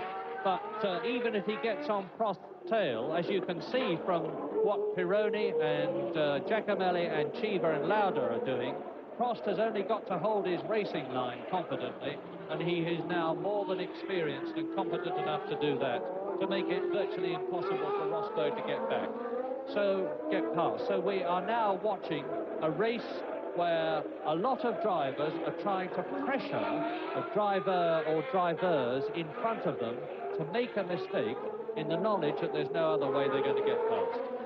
Yeah, it's a big problem with trying to put pressure on like that to somebody like Pironi, who's now had plenty of experience of driving the turbocharged Ferrari, is of course that there is no pressure. When you know you can go any speed you like round the corner and then still squirt it down the next straight and just walk away from the opposition, thereby rendering them no chance at the next corner, you're not under any pressure. The time, of course, when there is pressure is when you're on a chance not very far from the straight, and you know you've got to get that corner absolutely dead right, maximum speed to maintain your momentum up to the next corner. This is not the case with Pironi. He's under no pressure. The only pressure he's suffering from is throwing rather a pig chassis around. Ferrari have never been great chassis builders. This is one of their better efforts, but it can't be a lot of fun to drive. A better effort designed, incidentally, by the man with the unlikely but real name of Dr. Harvey Postlethwaite, who is an Englishman and who was taken on by Ferrari to make up for the deficiencies of the home engineers. Now, on lap 11 in this part 2, to which you have to add 6 laps from part 1 and do a complicated time equation, and with Didier Pironi in 3rd position.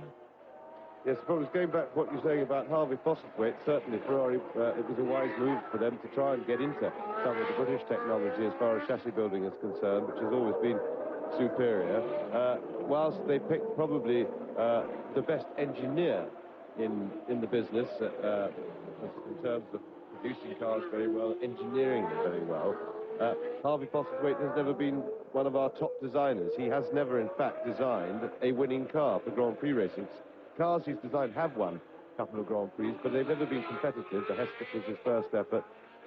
We won one race with that, but that was against the form. The car wasn't really up to it, and his subsequent efforts were never winning cars. He won a car with Jody Scheckter, with the Wolf car he designed, but again, it was through good preparation, good engineering, rather than through being fast, and being well driven, of course, in Jody's case. Now, something I can tell you significant from our lap chart and personal observation is that René Arnoux, in the second of the Renaults, and Alain Prost is leading in the first, is gradually slipping down through the field. He was in 7th position. He's now in 9th place, and ahead of him are Derek Daly, who is 7th, and Jacques Lafitte, who is 8th, both of whom have somehow scrambled past Arnoux, while we have been concentrating on this battle. And on lap 11, to which you have to add the 6 laps from part 1, in the lead, Alain Prost still. Keke Rosberg in 2nd position, about 6 seconds behind the leader. The battle for 3rd position, which you are looking at now, with Didier Pironi in the Ferrari in 3rd place. Bruno Giacomelli in the Alfa Romeo 4th. Eddie Cheever in the Talbot 5th. Niki Lauda in the McLaren in 6th position. Then, as I said, Derek Daly in 7th position. Jacques Lafitte 8th. René Arnoux slipping down in 9th position. In 10th place, Jochen Maas in the March. In 11th place, John Watson in the McLaren. And in 12th place is Nigel Mansell. And as we look at Niki Lauda, I draw your attention to one significant point. And that is that Niki seems to me to be keeping a slightly cautious distance from the 3 cars in front of him. It looks to me as though Lauda is not quite as close to Cheever as Cheever is to Giacomelli and Giacomelli is to Pironi. In other words, Niki Lauda is watching points. Yes, absolutely. Well, I think not so much watching points, Murray. I think with his experience, he realizes that there's nothing he can do to pass these boys. So I think he's, for the time being, he's sitting back and letting the young lions sort it out, hoping they might make a little mistake to make a gap for him, because that's really his best chance of moving up places. Because, well, he's closed up there a bit, but I think he's conserving his strength for later in the race. He knows that it's going to be a very long, hard battle, and I don't think he particularly wants to pass, say, Eddie Cheever and just get himself in the middle, which would be much harder work for him. He'd much rather see Cheever and Giacomelli, and there is Cheever having a go around the outside of Giacomelli, but not succeeding, I don't think. No, Giacomelli always had the inside of the corner, but they're beginning to scrap a bit now and letting Peroni get away, which might prompt Lauda then to do something about it and try and move up. But he is the quickest car on the circuit, Lauda. He's put up the fastest lap in this race so far.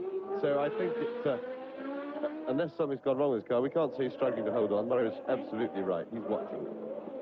Well, you may be confused about how the results are going to be arrived at. Let me tell you that the times of the individual drivers that all finish the first and second parts will be added together, and obviously the lowest time will be the winner, and so on. And at the present moment, I can tell you from our computer information that Keke Rosberg, on an accumulation of the times of the first part and the part that is run so far in the second half of the race, not the second half, second part of the race, is only 5 seconds behind Alain Prost. So it's still a very, very close thing.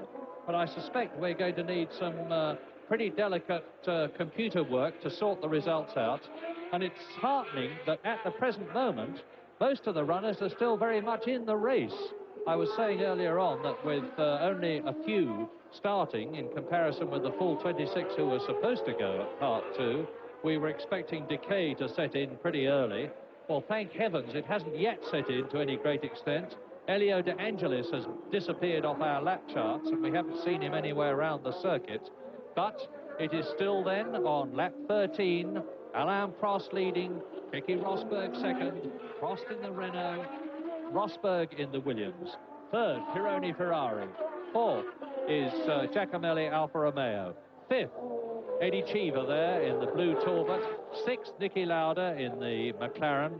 Then, still in 7th position, Derek Daly, and Daly too is starting to close up. He's fought his way past Arnoux, who delayed him a lot, and René Arnoux is still in 9th position. A very unhappy man. I seem to say this every race, but Arnoux has had the most appalling luck this season, and they go virtually into that left-right sequence of bends together, those 4 cars. And there, out of the race, is the ATS of, let's check, the ATS of Eliseo Salazar. So Winkelhock failed to start, and Salazar, the Chilean driver, out of the race. I spoke too soon when I said that the decay hadn't started. Salazar, not the happiest of men in Grand Prix racing at the present moment. Although he finished 9th in South Africa, he didn't finish in Brazil or Long Beach or Belgium or Monaco. He did finish in 5th place in San Marino, and now he is out in Detroit. And Prost, we are conscious all the time, has got this damaged foot after Monaco. You remember that tremendous crash he had at Monaco, and the ATS is right on the racing line. Let us hope that the marshals somehow can drag it out of the way as Rosberg is right up with the lead. Yes, they're not heavy. They should be able to manhandle that just back a little bit down the track and clear it off the racing line to give the drivers a clear exit. Would certainly help. It's interesting because after Prost had pulled away a little bit. Not doing this by design. He's not letting Keke Rosberg get this close because he's that confident. In my mind, he must be having little problems, because if I were that race driver, I would rather build up more of a cushion, that you could put it that way, because if anything did go wrong or I got held up in traffic or slower cars, then I would want to just have a little more breathing space. So right now, Keke Rosberg is putting a lot of pressure, in my mind, on to the Renault of Alain Prost. And notice how he is gaining. Rosberg is gaining on the turns, and Prost still with the turbo moving it out on the straight. We'll take a break and come back to Detroit Live. Oh, and here we've got a replay. In the background, you'll see Salazar's car just go straight on. He obviously went a little bit wide in the corner, got the super zip, and there we go, crunch. Off comes the right-hand front wheel, car buried in the wall, Salazar completely unhurt.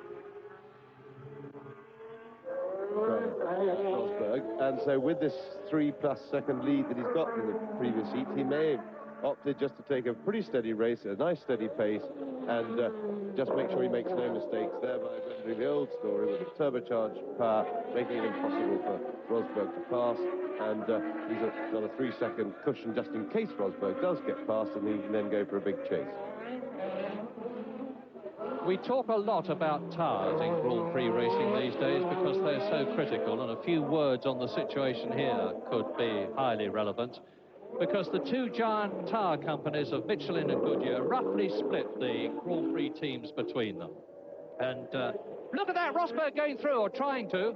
Now, Rosberg has come right back from a 3 seconds gap, which had started, and now he's really harrying, kicking Alain Prost. He was certainly using the surprise tactics there. He surprised me anyway, that was for sure. I certainly didn't expect an attempt there, but whilst it looked like an awful long shot and very ambitious, it wasn't so far off coming off. So Rosberg is obviously keeping well on his toes and thinking well, because there was no doubt that was an attempt to catch Prost asleep, and he certainly woke me up. I think he probably did catch Prost asleep, but he was just a little bit too ambitious to make the space. Keke Rosberg, in effect, saying, watch it, mon ami, because if you put one wheel wrong, zap, I'm going to be through. And Keke Rosberg is a very, very determined, hard-charging driver. And of great significance is the fact that Keke Rosberg is acknowledged to be very hard on the driving rear tyre. Now, they both drive, I know, and here he is having a close-up right on Alain Prost. But whichever rear tyre it is that is doing the most work on any circuit is the one that tends to suffer with Rosberg. He is very, very hard on motor cars. For instance, when the car came back from the Brazilian Grand Prix, in which Rosberg finished in second place, although he was subsequently disqualified, although he had run the whole race distance seemingly all right, the monocoque was a complete write-off and had to be replaced because Rosberg had curved it and distorted it so much that it was a throwaway job. So he's a very hard man. Will the car last? Will the tyres last? Right, we are now on lap 16 as Rosberg tries, and Prost refuses. He's got his sights fixed on that little point, and he was closer that time than the time before, but of course now he's signalled his intentions. The problem with missing a manoeuvre like that is your intentions are then signalled, and the guy in front of you knows that you're going to have a crack the next lap or whenever you're in position. But as Murray said, Rosberg is hard in every respect. He's a very hard trier. He's forceful, and he's growing in confidence all the time. And he is through. Oh, and they're going to touch. And he's made it. And I don't know whether he's crippled Prost or whether Prost just said, I've had enough of this, or maybe he knocked out of gear. But terrific, forceful stuff from Keke Rosberg. And look at the way he's sprinting away. I think, actually, Alain Prost did the gentlemanly thing. It may seem a little strange that a racing driver should do that in the position he was in, but I actually think that Prost saw that if he didn't back off, Keke Rosberg was going to go straight into the barrier. Let's have a look. Here it is again. Alain Prost wide into the corner. Keke Rosberg starts to close, coming out of the corner, and I think Prost missed a gear. Prost must have missed a gear. Yes, it certainly looked like he hadn't got an acceleration. And then, and from now onwards, they see Rosberg sliding about nearly into the wall. He was off on the slippery marbles where all the debris comes offline. You see Prost is still not accelerating there. And I think he was fumbling around with gears or something like that. But he's got going again. But it'll be interesting to see if he can do anything to stay with Rosberg now. The gap is already established because of Prost sorting himself out. So we'll see what happens. Well, get the stopwatches out in Australia, folks, because now the race is well and truly on, and I can tell you from our computer information that if Keke Rosberg is more than 3.2 seconds in front of Alain Prost, he is in the lead overall, and the gap now is 2.3 seconds. If Rosberg can increase his lead by just one more second, he will be in the lead overall. I think Prost may be in trouble. He seemed to go very slowly around that corner as he came into shot just now. And he may be having some transmission trouble or something. So the gap, well, it could be that on driving, but it's biggish. The gap is 3 seconds. It's over 3 seconds already, so Rosberg is very, very close to the lead indeed already. 3.16 seconds when I took it on my watch there. Now let's see what it is here. The answer is 3.37 seconds. Keke Rosberg leads the Detroit Grand Prix of 1982 overall as he goes over the freeway with the normal transport going along it. Keke Rosberg has thrust and forced his way determinedly through into the lead as he goes into the Atwater Tunnel for the 18th time. And the positions now are, and I'm giving you the second part of the race, not overall. Keke Rosberg leads, and this is the first full lap which Keke Rosberg has been in the lead as he goes past Salazar's broken motor car, with Alain Prost now in second position, and still the battle rages for third between Pironi, Giacomelli, and behind Giacomelli, Chiva. Keke Rosberg urgently needs just to calm down right now and take that little bit of adrenaline out of his driving. No doubt it was all very exciting that instant. He's got into the lead, but he's streaking away, and it would be just cataclysmic to make a mistake now. I don't think he will, but he's really driving on the limit, and that isn't absolutely necessary right now. I know it's nice to build a lead in a couple of laps and then relax, but he can afford to drive defensively right now. And he leads overall by 0.7 seconds. He leads this part by 3.9 seconds. Niki Lauda is still in sixth position, and Prost really does seem to be slowing down, almost stationary there. That was the same spot that he came round very slowly on the last lap, Murray. Now, I don't know whether that's some sort of a fuel pickup problem, but it seems awfully full of petrol for that. Usually when you get a point on the circuit, it's always the same that the car slows down. It usually means there's something like that, but yes, he certainly stretched it out quite a lot. And so for some reason, Prost is slowing right down there. Whether he's having, I surmised last time that it might be gearbox trouble, he might be having trouble getting gears. It's a very likely fault to have on this circuit because it's going to give those gearboxes an awful bashing. But Prost has dropped right back now with that evident problem. And look how closely now Pironi, Giacomelli, Chiva and Lauda, third, fourth, fifth and sixth, are behind the new second-place man, Alain Prost. Prost, there is no doubt about it, has got some problem in the cockpit. Whether it might even be him, of course. Let us not forget that Alain Prost hurt his foot at Monaco, and this race is going to be extremely grueling for him. He's broken a big toe. He has been walking about in considerable pain. Niki Lauda now right up with Chiva in fifth position. Chiva fifth and Lauda sixth. There are Pironi, Giacomelli, Chiva, Lauda. This Detroit Grand Prix may have been at time getting away, but it's great stuff now. Yes, certainly, because Lauda looks as if he's had enough of sitting at the back of that group and is definitely lining up to have a look-see for a way past. So we've really got it going. I should be interested to see what happens. Oops, and Giacomelli just recovers that. He very, very nearly spun it. He did well to recover. Lauda trying to have a go through, but Chiva is the only one to benefit from that mistake. He nips up. We'll now see if Chiva can do anything about the Ferrari in front. Meanwhile, of course, they're catching up on Prost, and what might happen if Prost reduces himself to a crawl around these blind corners and things. That's Lauda having a go through, and Lauda nips through past Giacomelli, so Giacomelli's having a lap that he would prefer to forget. And smoke pouring off Lauda's tyres. And a very quick word just to talk about this tyre position. In the lead now is the Goodyear shod car of Keke Rosberg, and of course it is terribly important to Goodyear that one of their runners wins here at Detroit of all places.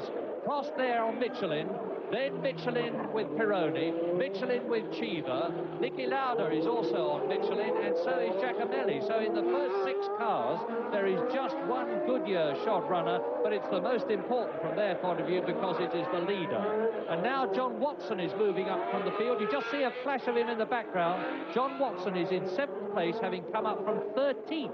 So he is having an epic drive of which we have seen nothing. Now look at Prost. Now there is Pironi.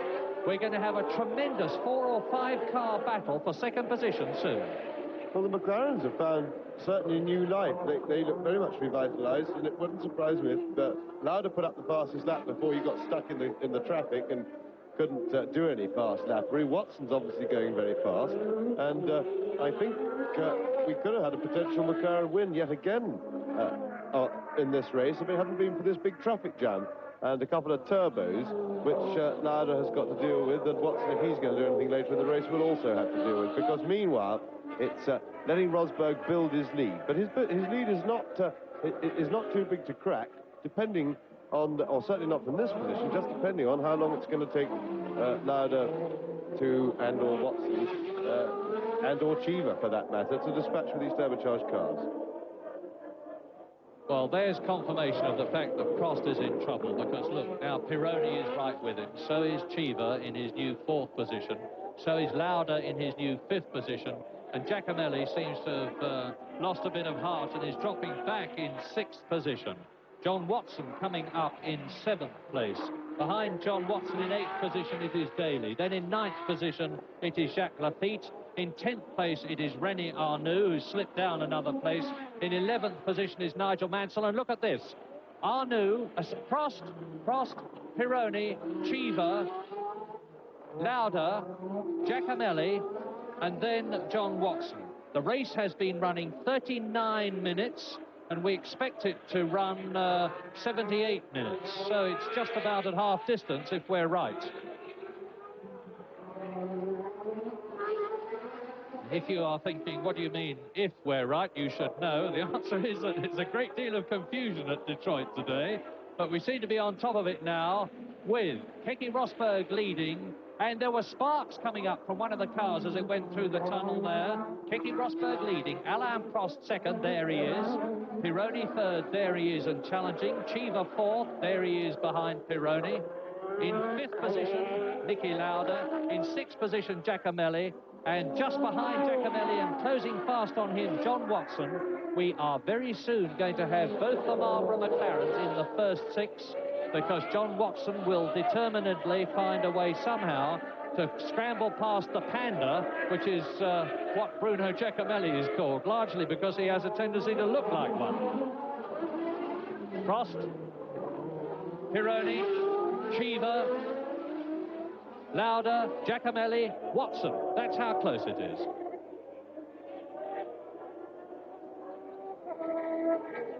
Now, the overall positions as Pironi tries to take Prost and fails. This is taking both parts into account. Keke Rosberg is leading Prost by 6 seconds. Prost is 18 seconds ahead of Pironi, who has got right behind him Giacomelli, Cheever and Lauda. Watson is 8th. Daly is in 9th position. We'll try not to do that too often to you, because we know it's confusing. And Pironi is going through to take the position from Prost, and he does it. And Lafitte and Cheever tries as well. Well, Prost is giving confirmation all the time about the fact that something is wrong. I really do suspect that it is foot trouble rather than car trouble.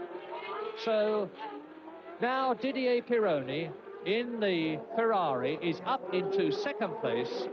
And without a doubt, therefore, Keke Rosberg is leading the race overall. Well, it presents a bit of a problem for Eddie Cheever, because you saw how difficult it was and how long it took Pironi to pass Prost. And, of course, he has the advantage of having actually probably slightly more power than Prost, whereas the others. But Cheever's having a go here. He's alongside us. He's going through, and Lauda's coming through as well.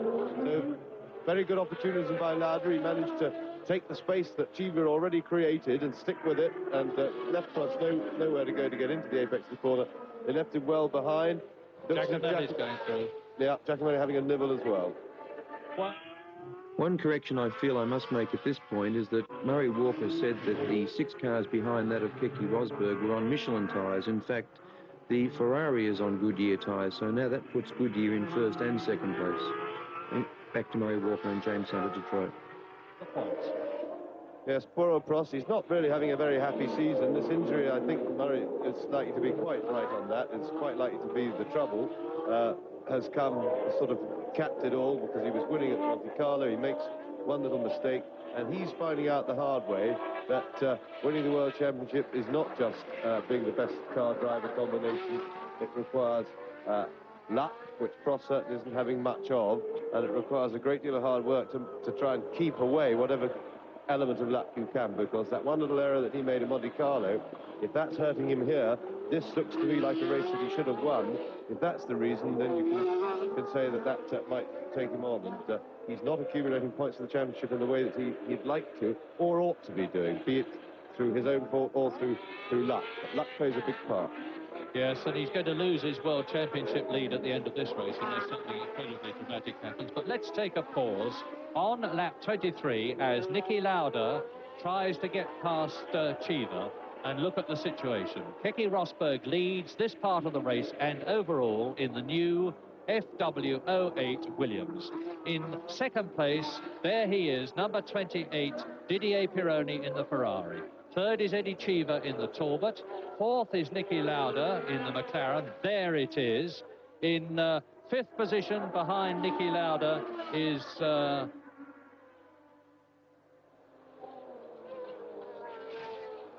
we are on lap 24 in part 2. And I was sorry, I missed telling you who was following Niki Lauda. And the answer, of course, is still Bruno Giacomelli. And behind Bruno Giacomelli is John Watson. And there you see, Watson is now ahead of Giacomelli. That was the change that you just saw. So all of a sudden, this race, which was looking static, has really come alive. Alain Prost has lost the lead and slipped right down out of world points contention. And now Eddie Cheever is trying to get past Pironi and failing. Eddie Cheever is the man of the race in many ways at the moment. Yes, very nearly coming together there. Lauda is taking the chance to slow Cheever down a little bit to try and get by him, but the track's just a little bit too windy. There's just not the space. There, Pironi second, Cheever third, Lauda fourth, Watson fifth, Giacomelli down to sixth position. Behind Giacomelli, who is sixth, Alain Prost is in seventh position, but dropping back all the time. I think we can put the unfortunate Alain Prost out of contention in this race. Yes, I'm beginning to get the feeling that the kindest thing for the Grand Prix race on this occasion, the Ferrari has caused us a very good race, but I think now it's time that it should be hauled up to the bet and put down, because it's holding up the progress of any sort of a battle with Rosberg. We've seen these drivers, young drivers, Cheever, Giacomelli, try everything they know to get past the Ferrari, but they can't. And without a mistake, I don't think anybody's going to, although they're really climbing Lauda, maybe having a little look beside Cheever, but just not quite in there. He looked as if he had room then, but must have thought better of it for some reason. He's very experienced now. He's not going to take any risks. He knows that the way to pick up points in these races is to be around at the end. But Watson is having a go at his teammate, Lauda. He was having a little sniff and a nibble. John Watson has come up from 13th to 5th, and now Giacomelli is trying to take John Watson, and looks as though he's going to succeed in doing it, or is he? Watson's got the inside line. No, you don't, says John Watson. Well, it's worth trying, says Giacomelli. I'll have another go, and smokes his tyres and almost stops. And he does so. He's hit the wheel. Yes, he ran into Watson's rear wheel, and that was bad driving by Giacomelli. He committed himself to a situation he had no chance in, and I have to say that Watson was very lucky to survive that unscathed, if he indeed does, because sometimes you do a little crack in the suspension, he goes another quarter of a mile. We'll see it again here. Now Giacomelli getting a bit overexcited, as is his wont, takes a real kamikaze run at this. He's now committed, but he's not past Watson. Watson turns into the corner, as he's entitled to do. Giacomelli can't get out of the way. Off comes his front wheel with a little bash, but it caught the side of Watson's rear wheel, so hopefully for him he should be all right. A bit of smoke coming off Watson's car then, but he gets away all right. Well, Giacomelli was very lucky, and so was whoever might have been behind him, that he didn't take somebody off, because if there'd been somebody as close to Giacomelli as he was to Watson, he would undoubtedly have been taken off. And it's another example, I fear, of Giacomelli's tendency to be slightly too impetuous, although heaven knows you've just got to have a go where you see a chance on a circuit like this. But now it is still Rosberg leading overall. As of the last lap, Prost was still in second position overall, but it's now in this part, Pironi second, Cheever third, Lauda fourth, Watson fifth, and Watson looks in very good shape behind Niki Lauda.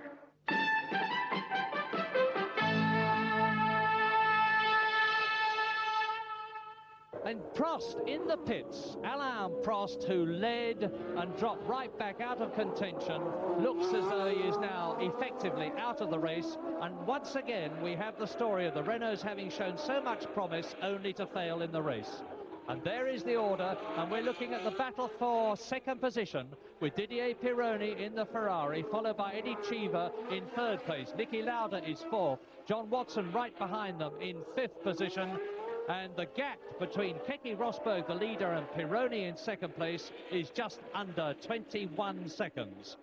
So Keke Rosberg really only has to keep going, although there's a long way in the race still to go in order to win. They go past Salazar's broken motor car with Cheever third, Lauda fourth, Watson fifth. An amazing turnaround for McLaren's in this race, because they really had a nightmare. It was Watson having a go at Lauda, and he's through. Watson just came out. Lauda obviously let him through there. That was a clear case of that. He probably feels that Watson, well, he can see that Watson's going very well indeed. He probably feels that he's had a long enough shot to doing something about it, so the least he can do is let his teammate have a crack at it. I suspect they may well be running different compounds of tyre. This has happened in the past in Belgium when John Watson won. Lauda was well ahead of him and then slowed down. McLaren's like to take a double punt on the tyres, and as a result of that, they're leading the Constructors' Championship. But they had a nightmare practice. They were both in double figures. Watson was 17th on the grid. But look at him now. He's really storming. And he's really storming and taking Cheever through into third position. From 13th place goes John Watson. And by the way, behind this lot in sixth position is Jacques Lafitte in the second of the two Talbots. So Pironi, and now Watson's going through to second position. Unbelievable, but he's done it. What an amazing burst of driving. He's done on one lap, overtaken three cars when everybody else has spent the whole race failing to overtake anybody. Absolutely marvellous stuff by Watson, but it does underline the fact, look at the way he's just streaking away. I think you can say that that was fine teamwork and fine driving by Lauda to let Watson through. He realised and worked out that Watson was in fitter condition with the car and ready to have a go. Here we're going to see it again. This is how Watson got past Cheever. He came out of that previous corner well. He had a little bit of extra momentum. He gets inside. Cheever sees there's no room. He squeezes through the tiniest gap. Terrific stuff. And then he just allows his momentum and adrenaline to carry him right past the Ferrari. I think we're going straight on here because he squeezes inside him at the very next corner. Fantastic driving.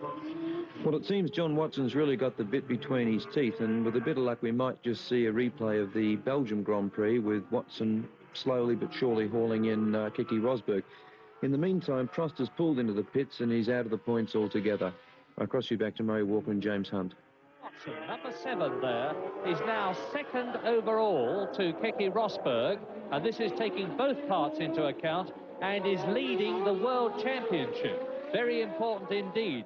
So, on lap 28, and we don't know, frankly, how long the race is going to run. We expect it to run 64 laps altogether, taking into account the first 6 laps. It is Keke Rosberg leading, John Watson in second place, Didier Pironi in the Ferrari there, the leader of these cars, in third position, Eddie Cheever in fourth place, Niki Lauda in 8th position, in 5th position, and in 6th position Jacques Lafitte is coming up through the field.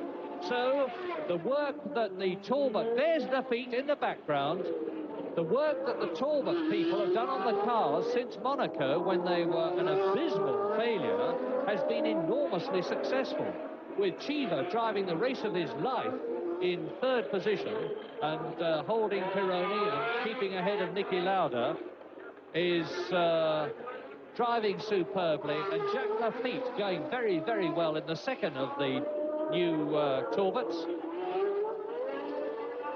Now, Lafitte, Cheever challenging in the tunnel, is he? We've never seen anybody try and pass in the tunnel. It's very wide, notably wider than the one at Monaco. Pironi, third. John Watson, it's quite incredible, this. I said earlier on that John Watson was in 13th place, and he was. He has climbed up 11 places through the field on this tortuous, extremely twisty and very bumpy in parts, because that's one of the drivers' complaints here at Detroit. And that's why John Watson, the fastest lap, 1 minute 51 seconds, and that is a speed of 80.6 miles an hour. Much slower than we expected it to be, because the Renault computer before this race, having looked at the course, said that the lap time, lap speed would be about 85 miles an hour. Well, we're having to take a check on whether Watson is in fact second overall, because he was 13 seconds behind Prost on the first leg. But we'll see, we'll see. Meantime, Pironi, Cheever, Lauda, Giacomelli out of the race, of course, De Cesaris out of the race, Salazar out of the race, and although... And there's Lauda taking Cheever. Lauda goes through, moves up a place. Eddie Cheever lost his previous place on that corner. So now Niki Lauda is starting his charge, and there is definite indication there that the McLaren car is absolutely right for this circuit. Watson has charged through from 13th to 2nd. Niki Lauda, a very, very seasoned campaigner, is now up into 4th position. Yes, I think Lauda's making a big push now, Murray. He seems to have suddenly taken a little bit more of an edge to his driving, just looks a little bit keener, a little bit jumpier in the cockpit, and that's probably the stimulus of seeing his teammate John Watson just rocket through past that group once he got his momentum going, and then disappear so fast that he went straight out of our camera shot. We haven't seen him since. We don't know how far ahead he is at the moment and how fast he's gone away from them. Well, I guess the producer will see Keke Rosberg on one of his monitors, and this is the battle in the race, and we reckon with 29 laps completed, plus 6, that makes 35. There's about another 29 laps to go, about as many laps to go as have gone already, with Giacomelli's car parked there, with Keke Rosberg leading by at least 20 seconds, with John Watson in 2nd position. This is the battle for 3rd, 4th and 5th. Didier Pironi in the V6 turbocharged Ferrari 3rd. Find a way past this mobile chicane, because the Ferrari has been proving itself to be faster on the straight stretches, although he has certainly been slow around the braking areas. And there you can see how Niki Lauda really closes up on tucking himself in behind the rear wing of Didi. Keeps his line and moves up a place. And Mike, there is Lauda past Pironi. And now Cheever's having a go at Pironi. This really is a race of changes all the way round. But in the front still is Keke Rosberg. But John Watson, you can't see it. We can. John Watson is closing up on Keke Rosberg, having flown through the field from that lowly position, starting on the grid in 17th place and nearly losing it. Niki Lauda holds it as he goes into the Atwater tunnel. Remembering, of course, that for Watson, he hasn't just got to catch Rosberg and then pass him. He then has to build a very considerable lead on Rosberg, because he had a large deficit from the first heat of something like 15 seconds or something like that. So he needs to build a big lead to get away. Yes, Rosberg has got to be some 13.2 seconds, we calculate, behind Watson, if Watson were to be in the lead overall. But Watson's still got to catch him, never mind get past him, never mind build up a 13-second cushion ahead of him. And Watson is the fastest man on the circuit, look, 1 minute 51.25, a speed of just under 81 miles an hour, which when you see this Detroit circuit as they go past Giacomelli's broken car seems almost unbelievable. It is so twisty. Lauda, Pironi, Cheever, 3rd, 4th and 5th, and Lafitte in 6th place. And there goes Cheever squeezing through. Excellent maneuver. He did it where Rosberg was trying to do it to Prost, but they're not getting away from Pironi with anything like the alacrity that John Watson showed. And there's Watson in the lead of the race. We didn't see him pass it, but that's Rosberg behind him. So Watson has just taken the lead on the road. But as far as the overall race is concerned, he's still got something like 13 seconds to go to pull away. But my God, is he streaking away? And it must be that he's running different tires to Lauda, and therefore probably different to a lot of other. Here we see it again. He's just pulling out of the slipstream into the out-braking position, taking the inside line for the corner, and there goes Keke Rosberg's immediate lead, but not his overall lead. 37 accumulated laps, including the 6 of the first part completed. If Watson can go on and win this race, he's certainly going to consolidate his World Championship lead. I return you back to Murray Walker and James Hunt. Two-part race. Rosberg is plus 15 seconds on him, or thereabouts, from the first half of the race. So he's got, you see there in the caption, Rosberg is still ahead. In fact, Pironi is still in second place, according to that. These captions really do more harm than good. They're very misleading because the race is changing so much. But there is confirmation of the fact that John Watson, whilst we were concentrating on the battle between Pironi and Cheever and Lauda, has been closing up all the time on Keke Rosberg, and now leads on lap 31 in this second part, lap 37 overall. And as James says, he's just got to pull away, and there's little doubt that he's doing that. Totally rejuvenated John Watson in the last couple of years. He won the British Grand Prix this year, he won the Belgian Grand Prix this year, and it looks as though he's now in England.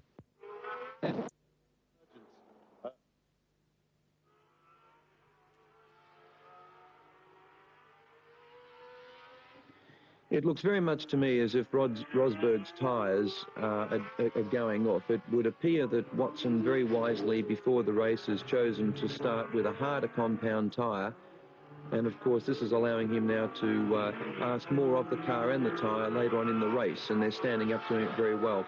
Rosberg, on the other hand, along with Lauda, looks like they may have started with a slightly softer compound and are paying the penalty now. I think that Watson has got the capability of consolidating his lead to make up the deficit that he had in the first heat. And of course, if he can do this, he'll win the race overall. And as I said before, well and truly consolidate his position in the World Championship. I return you now to Murray Walker and James Hunt at Detroit. That's right now. Well, one of the things that Watson has got, of course, is experience. More of it than anybody in this race, even including Niki Lauda, because this is his 128th Grand Prix, of which he has won 3. 2 pole positions, 4 second places, 6 thirds, and John Watson's driven for the Surtees team, for Brabham, for Penske and for McLaren. And as I say, with this new MP4 John Barnard designed chassis and the leadership of Ron Dennis, the Marlboro team and the McLaren team have been absolutely rejuvenated. It's come together as a perfect team. Well, that wide aerial shot that we just had showing the distance on the road between Watson and Rosberg is probably the last shot we'll get. Oh, we might get a couple more when we can still see Rosberg in the background if we're looking at Watson, but it looks to me now that it's plain sailing for John Watson. All he has to do is keep himself together, keep his car together, hope that the car, in all other respects, keeps itself together, and it looks like he's heading for his second Grand Prix win of the season and the lead, and quite comfortable lead of the World Championship. Yes, well, while you've been talking, James, I've been doing some calculations, and John Watson has got to keep at it, because actually, remembering the fact that he had a very bad first part, he has actually got to get 23 seconds ahead of Rosberg to win the race overall. He's not anything like 23 seconds ahead of him at the moment, but as I said, there were then 50 minutes more to go. There's, say, 45 minutes more to go now, which means to say that John Watson has actually got plenty of time to ease out and extend his lead over Keke Rosberg. But by the same token, he's got plenty of time to make mistakes and for something to go wrong with the car. Just in my head, that's about getting on for 25 laps to go, and he's already must have got 7 or 8 seconds on it, so he's looking at well within a second a lap, something like 2/3 of a second a lap, and looking at it now just with the naked eye, it seems to me that he's pulling away at much more than a second a lap, so he's well on schedule. It's just a question if he can keep it going. I think Rosberg may be struggling with his tyres a little bit, have slowed down, struggling for grip, and it's of some interest to me. We can't see from our commentary position enough of any of the circuit, and therefore we can't see if Rosberg is actually falling back towards Lauda. Well, overall, the computer says that Rosberg is leading, Lauda is second. This is not just this part of the race, it's both parts of the race. Rosberg leads, Lauda second, and Watson, who is leading this part, is third overall, now 18 seconds behind Rosberg. So as James says, he is pulling away from Rosberg in this part and closing up on Rosberg on aggregate, with Cheever in fourth place overall, Pironi in fifth place overall, and Lafitte in sixth place overall. Yes, that last computer result was 2 or 3 laps old. I suspect it's already changed quite dramatically, because I would think Watson must now be in second place and must also have reduced that gap a bit further to Rosberg. But I'd quite like to see, as calculations are pretty difficult for us, as we can't sit up here and click watches as the cars go past the start-finish line to get gaps. It's proving a bit of a handicap for us, but let's hope we get the computer to do all that work for us and give us an update in a minute. Well, John's still driving very hard indeed. You can see by the positioning of the car on the corners that he's really giving it plenty of welly, so he's getting signals from his pit, which is indicating to him his overall position, no doubt. And that's Lauda. That's Niki Lauda. Niki Lauda stopped. Well, this race is having drama after drama, a late start, but now the double world champion of 1975 and 1977 is out of the Detroit Grand Prix, which means to say that John Watson leads this part of the race. In second position is Keke Rosberg. In third position was Niki Lauda, but now up into third place comes Eddie Cheever. Up into fourth place comes Didier Pironi. In fifth position it is Jacques Lafitte, and in sixth position it is Derek Daly, followed in seventh place by Nigel Mansell. In eighth position is Jochen Maas. In ninth position is René Arnoux. In 10th position is Mark Surer. In 11th position is Michele Alboreto. And in 12th place is Brian Hinton, followed by the last runner, and there goes Pironi off. Well, tyres are starting to go, I suspect. Yes, well, possibly human exhaustion as well. Very combination of the two. And there is Rosberg with Cheever right behind him. Pironi went wide at the corner there, made a big mistake, lost a bit of time, so he's lost touch. But Cheever is now climbing all over the back of Rosberg's car and looks favourite to get past him as well. But he, again, will have to make up a fair few seconds on top of getting past Rosberg in order to deprive him of second place. And if tyres are the key, as they may well be, it looks as though the Michelin combination is the right one to have, and Cheever goes through into second position as Niki Lauda walks back, and Rosberg dropping right back. He's obviously in trouble. Yes, Rosberg must have some trouble. It looks mechanical rather than tyres, because he's going too slowly down the straight. So Rosberg, obviously in bother, he will now be nursing his car to the finish, but can't be considered in serious contention. And that now looks as if the race is well tied up to John Watson, because his opposition, as well as not being able to have any answer to his turn of speed, have also fallen by the wayside, and it looks very much as if the race is handed up as much on a plate as they ever are, because whatever happens, you still have to get the car to the line and keep the thing going and running. And Watson's still got a fair old distance of that to do. He's got possibly 35 minutes still to go, and that's a long time when you're out there on your own in front. Yes, and Charger Cheever is on his way in second place. There is the third place man, Rosberg, but I guess he's going to have trouble in maintaining that position, because he has had to allow Watson to close right up on him. Then he had to allow Cheever to pass him. And Keke Rosberg, being the determined young man that he is, would not have done that if he had not had to do it. So Rosberg down to third place as we look at the second place man, Eddie Cheever. And we wait to see now who is coming through in fourth position, but we don't get the chance. Now, to win overall, John Watson has got to stay 12.5 seconds at least in front of Eddie Cheever. This race is a constantly moving quicksand of calculations to take into account who did what in the first part of the race, the first 6-lap part, which could well prove to be crucial, which will prove to be crucial. And that caption, you see, is already out of date, long out of date, because Watson leads and Rosberg is down to third, and that must be Arnoux. Yes, that's Arnaud in the pits. He's having a tyre change amongst other things. Seems to be plenty of work going on all around him. Significantly on that last caption, courtesy of the computer, though, we did see that Watson was already in front of Eddie Cheever by some 4 seconds. And if that is correct, because in a melee of calculations such as this, you trust nobody, not even the computer, because that's only as good as what it's fed in terms of information. So we'll have to work it all out at the end. But it looks, according to that, if Watson is now in a comfortable lead with Rosberg obviously going backwards and out of the way. As John Watson closes up on Marc Sure's arrows, the Swiss driver, who is still recovering from the 2 broken ankles that he had in South Africa at the beginning of the year. There is the Swiss driver, Sure, in the arrows. Remember, Mauro Baldi went out in the first part, and Sure is in 9th position in this part of the race.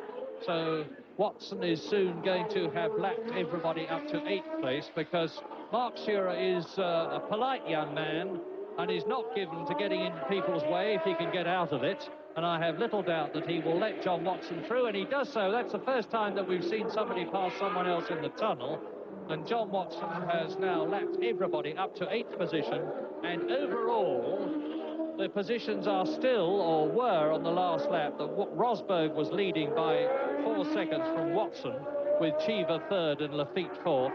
But there is no doubt in my mind that now Watson is leading overall, and on lap 37 in this second part, it is 1st John Watson, 2nd Eddie Cheever, 3rd Keke Rosberg, 4th Jacques Lafitte, 5th Didier Pironi, and the really significant thing, which is confirmed for once by the caption, is that the 2 Talbots are not only in the first 6 places, but in the first 4 places, with Cheever 3rd and Lafitte 4th.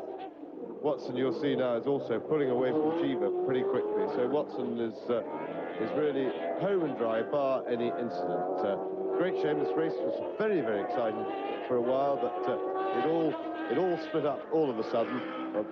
And as everything emerged, Watson now has the race truly sewn up, unless, of course, something goes wrong for him. Yes, he is leading by 3 seconds overall, taking both parts of the race into account. John Watson.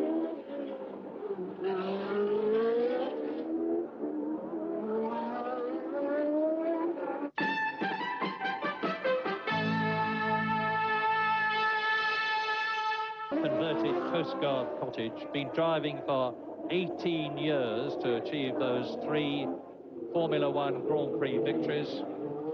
And last year, he really came good again with the new MP4 McLaren. And up he comes again, going straight through the field.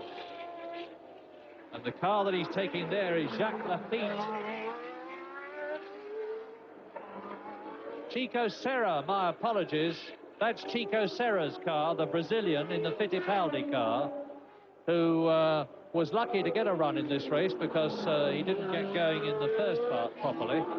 And that break after the first 6 laps when the race was stopped has enabled Chico Serra to get back into the contention again.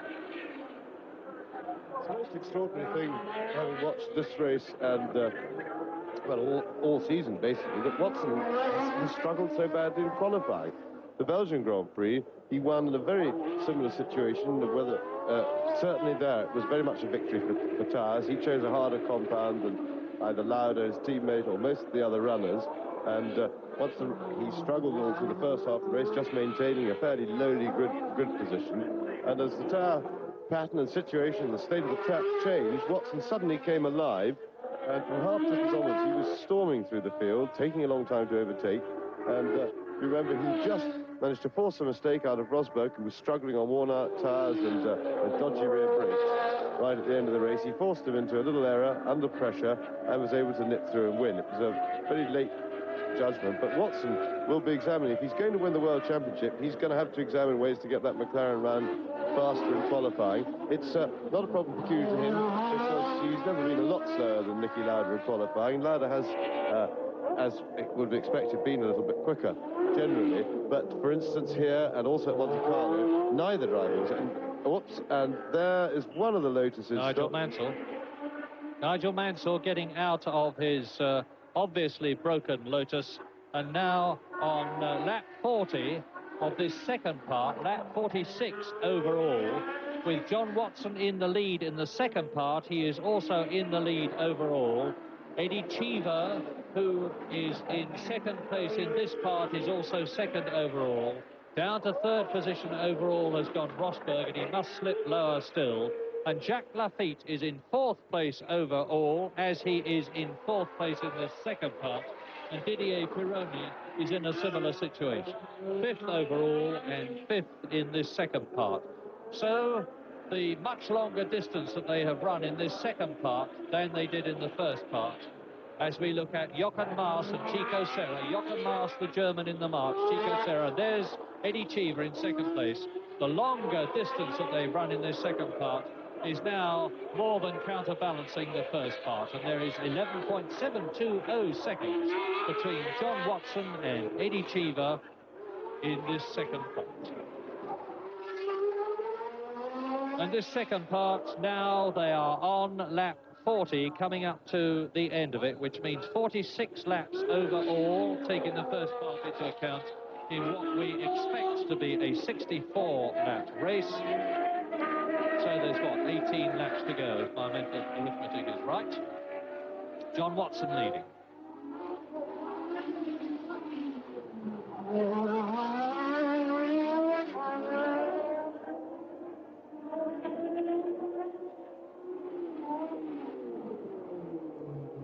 Well, the many thousands of Americans who have turned out in Motown, Motor City, Detroit, had their patience sorely tested with all the aggro that happened in practice. And there are Maas and Chico Serra. They had their patience even further tested. Mark Shearer going through with the delayed start. But what they came to see has been more than fulfilled. There are now 33 minutes to go. 33 minutes to go in this race. And John Watson taking that corner very wide indeed, but cutting in safely, has therefore got to keep up the pace, because he's not all that much ahead of Eddie Cheever on aggregate. There is Cheever.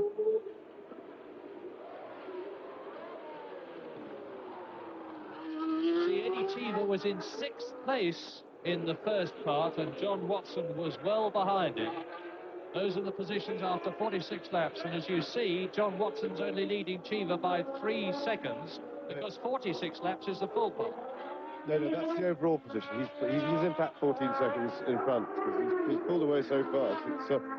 It's confused everybody. Well, it certainly had me going there.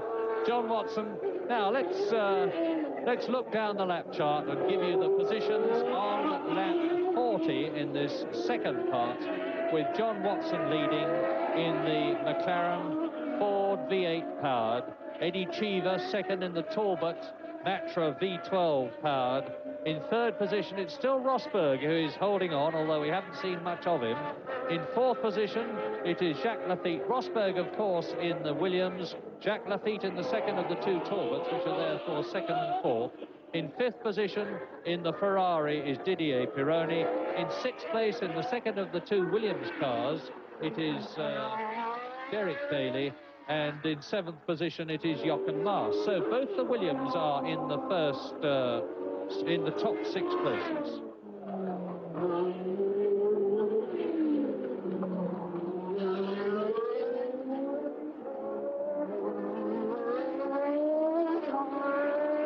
Well, you can tell a lot better than I can, James, looking at John Watson, how hard he is driving. How hard would you say he is driving? Well, we haven't been following him around that closely recently, but I would say he's driving steadily. He's still giving the pressure on that, and that is Jacques Lafitte with a bent nose cone. We don't know how it's achieved, but the front wings do very little on the cars these days, so that may not be hurting his aerodynamics too much. He seems to be scrapping it in with the others there, so he's trying to fight his way past Keke Rosberg, and has got the Ferrari there. In fact, there's quite a little battle going on that. But Watson has now eased up a little bit. He seems to be going a little bit harder right now than he needs to be, but I think he's so comfortable and the car is running so well that he's just sort of keeping going. he's within himself, but he hasn't specifically slowed up. And that's probably quite a wise thing to do, because out there in a situation like that, drivers know only too well, or experienced ones do, what sort of confusion can go on in the pits at times like that. And Lafitte has got pie, and he's passed Rosberg, so now he's got to build that lead on Rosberg to catch what the deficit that he had in the first race in order to take it into third place. I suspect that Jacques Lafitte stuffed the nose of his Talbot into the gearbox of Keke Rosberg's Williams, trying to get past him. Anyway, he's succeeded now. So we have Talbot's second and third, which is something we certainly didn't think would happen for some time when we watched the Monaco Grand Prix, when they were in such disastrous disarray. And it says a heck of a lot for Jean-Pierre Jacques. And Pironi goes past. Rosberg is dropping back now. Pironi then through up into fourth position, having been second at one part of the race. So with Rosberg now in fifth position, and in sixth position behind him, Derek Daly. Take no notice of the captain. John Watson is certainly leading. Cheever is certainly second. Jacques Lafitte is now third. Up into fourth position has come Pironi, as we look at Jacques Lafitte in his very bent Talbot. There's Pironi behind him in fourth position. Then Keke Rosberg in fifth place, grimly holding on because he's still in the running for 2 World Championship points. And Derek Daly coming up in the second of the 2 Williams cars to hopefully get 1 World Championship point. And place 1, that's one of the McLaren, place 1 plus 18 points. That is the signal to John Watson with, we reckon, some 25 laps to go. Will be the third line of the equation.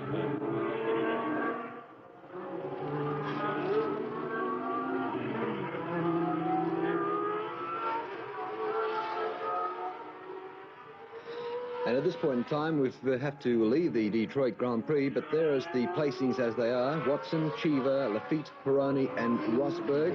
We will be returning soon, immediately after Steve Liebman with the National News Today and the latest news. So right after that, we'll be back with the Detroit Grand Prix with John Watson leading at the present time from Cheever and Lafitte. As you now get a good look at downtown Detroit, there he is, the 36-year-old driver from Northern Ireland, driving for Team McLaren, the Ford-powered McLaren car.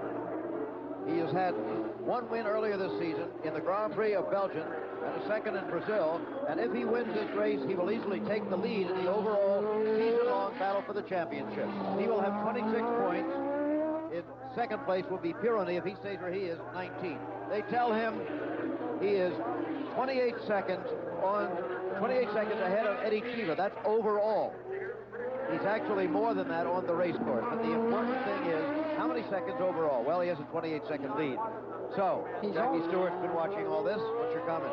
Well, he's also got 18 minutes left in the race. Because this is going to be called a 2-hour race, he's got 18 minutes left. So therefore, the pit want him to know that. If he has to conserve the car, if he has to take it a little bit easy, he knows that there's only 18 minutes left. Unquestionably, John Watson will be getting tired now. Physically, it's an extraordinarily tiring experience to drive a car. Now, here's Eddie Cheever, the young American, driving very forcibly indeed. A remarkable performance in front of his own home crowd in second position.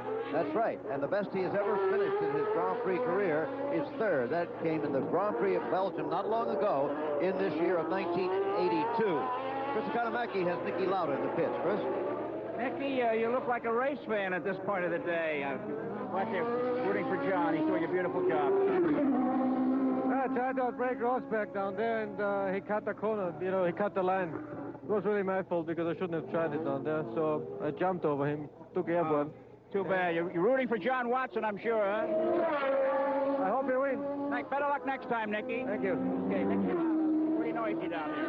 Former world champion Nicky Lauda. Yes, Jackie? A very honest declaration from a man of enormous experience. He therefore said that Keke Rosberg, he felt, made a slight mistake, but it was his fault that he had allowed himself to be put into a set of circumstances where he could be endangered by Rosberg putting him out of the race. That's a very mature way to look at it. It's not a question of saying somebody else was at fault. He knew himself he shouldn't have been there at that moment. Nicky Lauda, a wise man. the great champion who normally react that way, whether it's Bill Shoemaker in horse racing, Nicky Lauda in motor racing, Jack Nicholson golf, whoever it might be. There is the leader, John Watson. Ironic and interesting that it was just yesterday he was involved in an incident during practice in the rain here. It would have been possible he might not even have been able to participate, but there he is leading, going through the tunnel as we come to you live. But this was yesterday. John Watson in the red and white car. Watch him, car number 7, coming up behind Arnoux. And watch what happens here. He just gets shot off the front end there, and the front wheel you can see is out of line. The front wing also out of line. He felt that he was sure going inside the car there, probably been driven by Jacques Lafitte, was it? And then he went up inside trying to get under braking. He thought he had made it, and look what happens. He was a little tentative there at that point, and right there at that moment, he of course strikes the barrier on the left-hand side of the racetrack and also damages himself. And John Wait Watson, a minute, this is live. That was on... Oh, no. All right, hold it. Faked ourselves out on this one. Suddenly we cut to this tight shot. That is still from yesterday's incident. well, of course, with only a day to go, John Watson was more than just a little bit annoyed. We're now looking at him right now live here in Detroit, and John Watson is very much still in the motor race, still powering his 4-powered McLaren around this 2.5-mile racetrack. Remember, this is a normally aspirated engine, 3-liter capacity, 3,000 cc's, as he drives around here with about 480 brake horsepower coming to these rear wheels. John Watson with a 27-second overall lead over Eddie Cheever. Didier Pironnet is 3rd, K.K. Rosberg is still 4th, Jacques Lafitte is 5th. We'll be back. Sure. Nearing the closing laps of the Detroit Grand Prix. Lap 54 completed of a schedule 75, but it will not be ended according to the laps. The rule is the lap numbers or 2 hours in Grand Prix racing, whichever shall come first, and it's going to be the 2 hours. So we have about 12 minutes of racing left here as John Watson continues to lead, now by 26 seconds over Eddie Cheever. May be slowing it down just a little bit. Didier Pironi is 3rd, and there he shows by 27 seconds. Yeah. And here is Eddie Cheever in 2nd place, apparently headed for the finest finish of his career and in his own country, the United States. He spent very little time here, lived most of his life in Europe, still an American citizen. He's 25 years old, makes his home in Monte Carlo, spends a lot of time in Italy, but drives for the French team of Talbot, that's the name of the car, at Ligier, that's Guy Ligier, a former Grand Prix and endurance driver who runs the team. Remember when Guy Ligier first brought his own car to Le Mans back in the early 60s when we first started going there. But Eddie Cheever is one of the big stories. You'll be reading about him in the papers and the magazines next week. Jackie talked to him. Living in Italy, being an American, how close is America to you in respect to representing your country or flying your flag in the internationalism that Grand Prix racing is surrounded by? Very much so. I'm proud to be an American, and I would never change my nationality in any way, for any reason.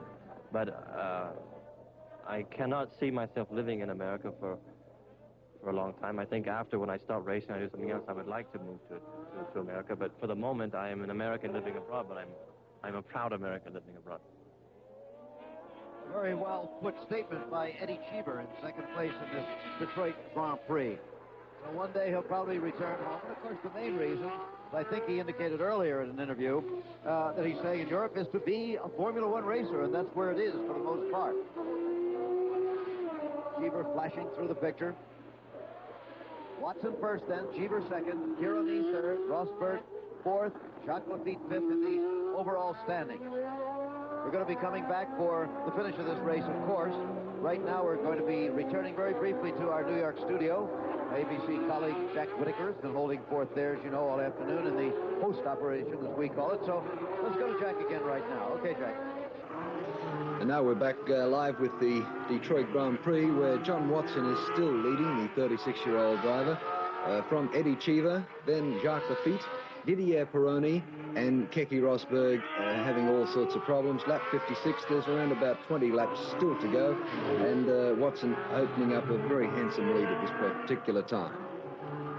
Back now to commentators, James Hunt, Murray Walker. And there he has remained. So 3 different leaders. I'm not going to say anything else about leaders because it is tempting fate, except to say that John Watson is certainly looking secure at the moment.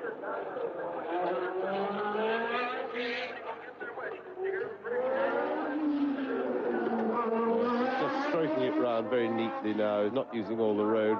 He's yeah, he still seems to be going away from Eddie Cheever. So Watson is operating in the happy position of having got his car absolutely right, made a pretty good tyre choice, obviously, and has a considerable advantage over his rivals. Very pleasant position to be in. However, he had to work extremely hard for it with all that overtaking because he qualified himself into a terrible situation, which, of course, is just as well for us viewers at home because we can enjoy the race a lot more. It would have been no fun at all if Watson started off the pole and just disappeared into the dim and distant on his own. Unseen by worldwide of sport viewers, wide world of sport viewers in Australia, but seen by us, Didier Pironi has got ahead of Jacques Lafitte and is back in 3rd position. So I would imagine that that crumpled nose cone of Lafitte's Talbot, although it would have less effect on a twisty circuit like this, where downforce matters less than handling, has started to affect him, and Jacques Lafitte is down to 4th position in the second of the Talbots, Pironi in 3rd position in the Ferrari, and Pironi, who won at San Marino, who was 2nd at Monaco, is now up into 3rd position in this Detroit Grand Prix. He's actually in 3rd position overall in the World Championship too, only 1 point behind John Watson when this race began. And now John Watson, if he keeps going, will be leading the World Championship after 7 rounds for the first time in his long career. And Cheever, who is the only American in this American race, is definitely about to get his best result. He's now some 40 seconds behind John Watson. And on lap 48 in the second part, lap 56 overall in the second part, John Watson leads Cheever. Pironi is 3rd, Lafitte is 4th. Daly has moved up into 5th position in the Williams, ahead of his teammate Rosberg, who is in 6th place. So both the Saudi and Williams cars are still in the top 6 places, and I don't think that Jochen Maas, who is in 7th place, is in fact going to be able to catch Rosberg, provided the Finn, Keke Rosberg, Finnish driver, can just keep going. That caption has now been outdated by what I have just said to you, and you can see that Derek Daly has gained 13 seconds on his teammate since it was posted. John Watson. Last Giacomelli's car with the bent suspension on the near side front.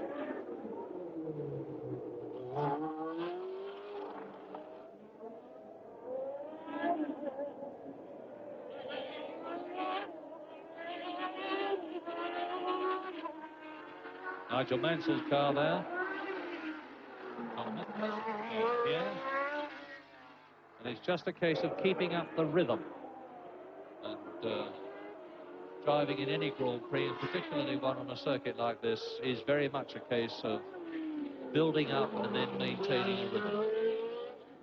Place 1 plus, that's Teddy Mayer on the right, 14 minutes to go, 28 seconds ahead, so Watson is increasing his lead.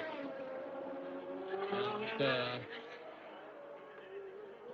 the McLaren team is certainly having a marvellous season, because Niki Lauda won at Long Beach, John Watson won the Belgian Grand Prix, and so therefore they're on their way to their 3rd victory in 7 Grand Prix this year.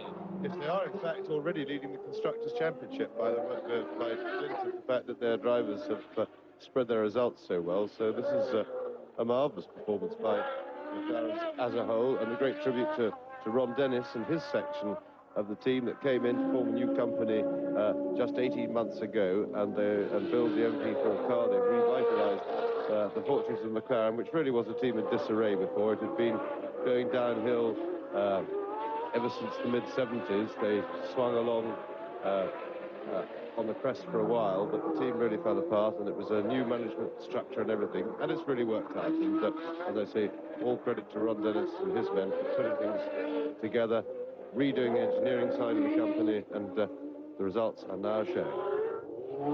And not very long to go now. On lap 50 of this second part, on lap 56 overall, in what, I say again, we expect to be a 64-lap race to make up the full 2 hours. 1 hour, 48 minutes and 20 seconds was the time that we expected the race to run before the checkered flag was held out in this second part to make up the full 2 hours, because the first part only ran just over 11 minutes before the coming together of Patrese, Brabham and Guerrero's ensign, having been interfered with, as it were, by Elio De Angelis's Lotus 91, brought the first part of the race to a close on the second lap after 6 full laps had been completed. John Watson leading, number 7. The chassis of this car, made in America, made by the Hercules Corporation. And Jacques Lafitte is dropping down through the field because Derek Daly is now up into 4th position. We've just seen him go by. And on lap 50, just coming to the end of it, there's the leader, John Watson. Eddie Cheever is still 2nd. Pironi is still 3rd. But up to 4th position has gone Derek Daly. In 5th position, it is Jacques Lafitte. And in 6th position, it is Keke Rosberg. There is the 2nd place man, Eddie Cheever.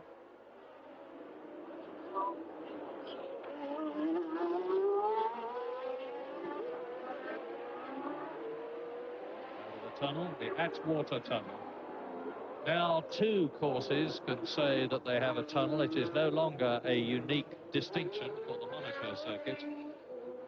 And he's being followed by Brian Hinton, is Eddie Cheever. Brian Hinton, who looks as though he's going to go the full race distance and is in 9th place. Superhen, the ex-Formula 2 champion of 1982, European Formula 2 champion in the Tolman. And he didn't get a place in the Tolman team when it went Formula 1. Well, he did. He got it last year, but he only got 1 drive, and that was when he qualified for Italy right at the end of the season.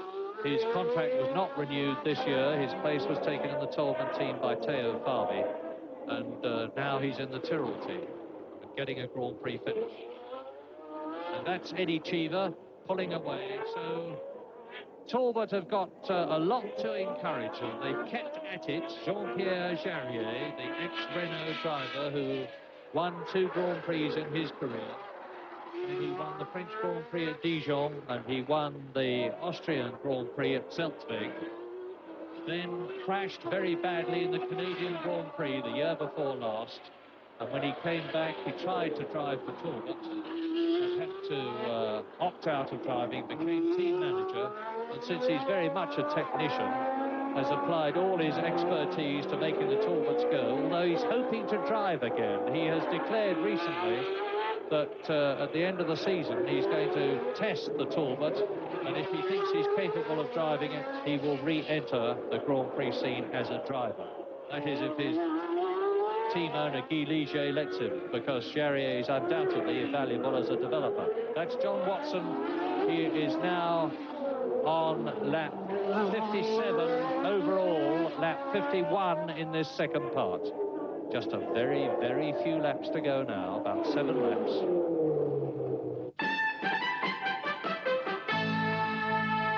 Job on him, and had he ever got past me, he was going to go a lot quicker. I was in a bit of trouble with my car on that day. A lot of understeer.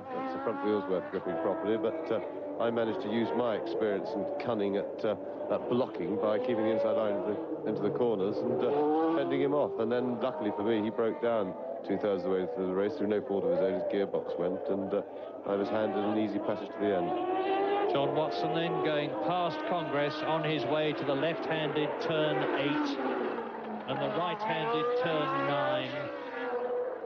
Along Larned Street up to the left-handed turn 10, and he is on lap 59 overall, lap 53 in this second part.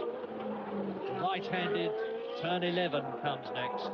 Now past the Pontchartrain Hotel on his right. Accelerating up to the left-handed turn 12.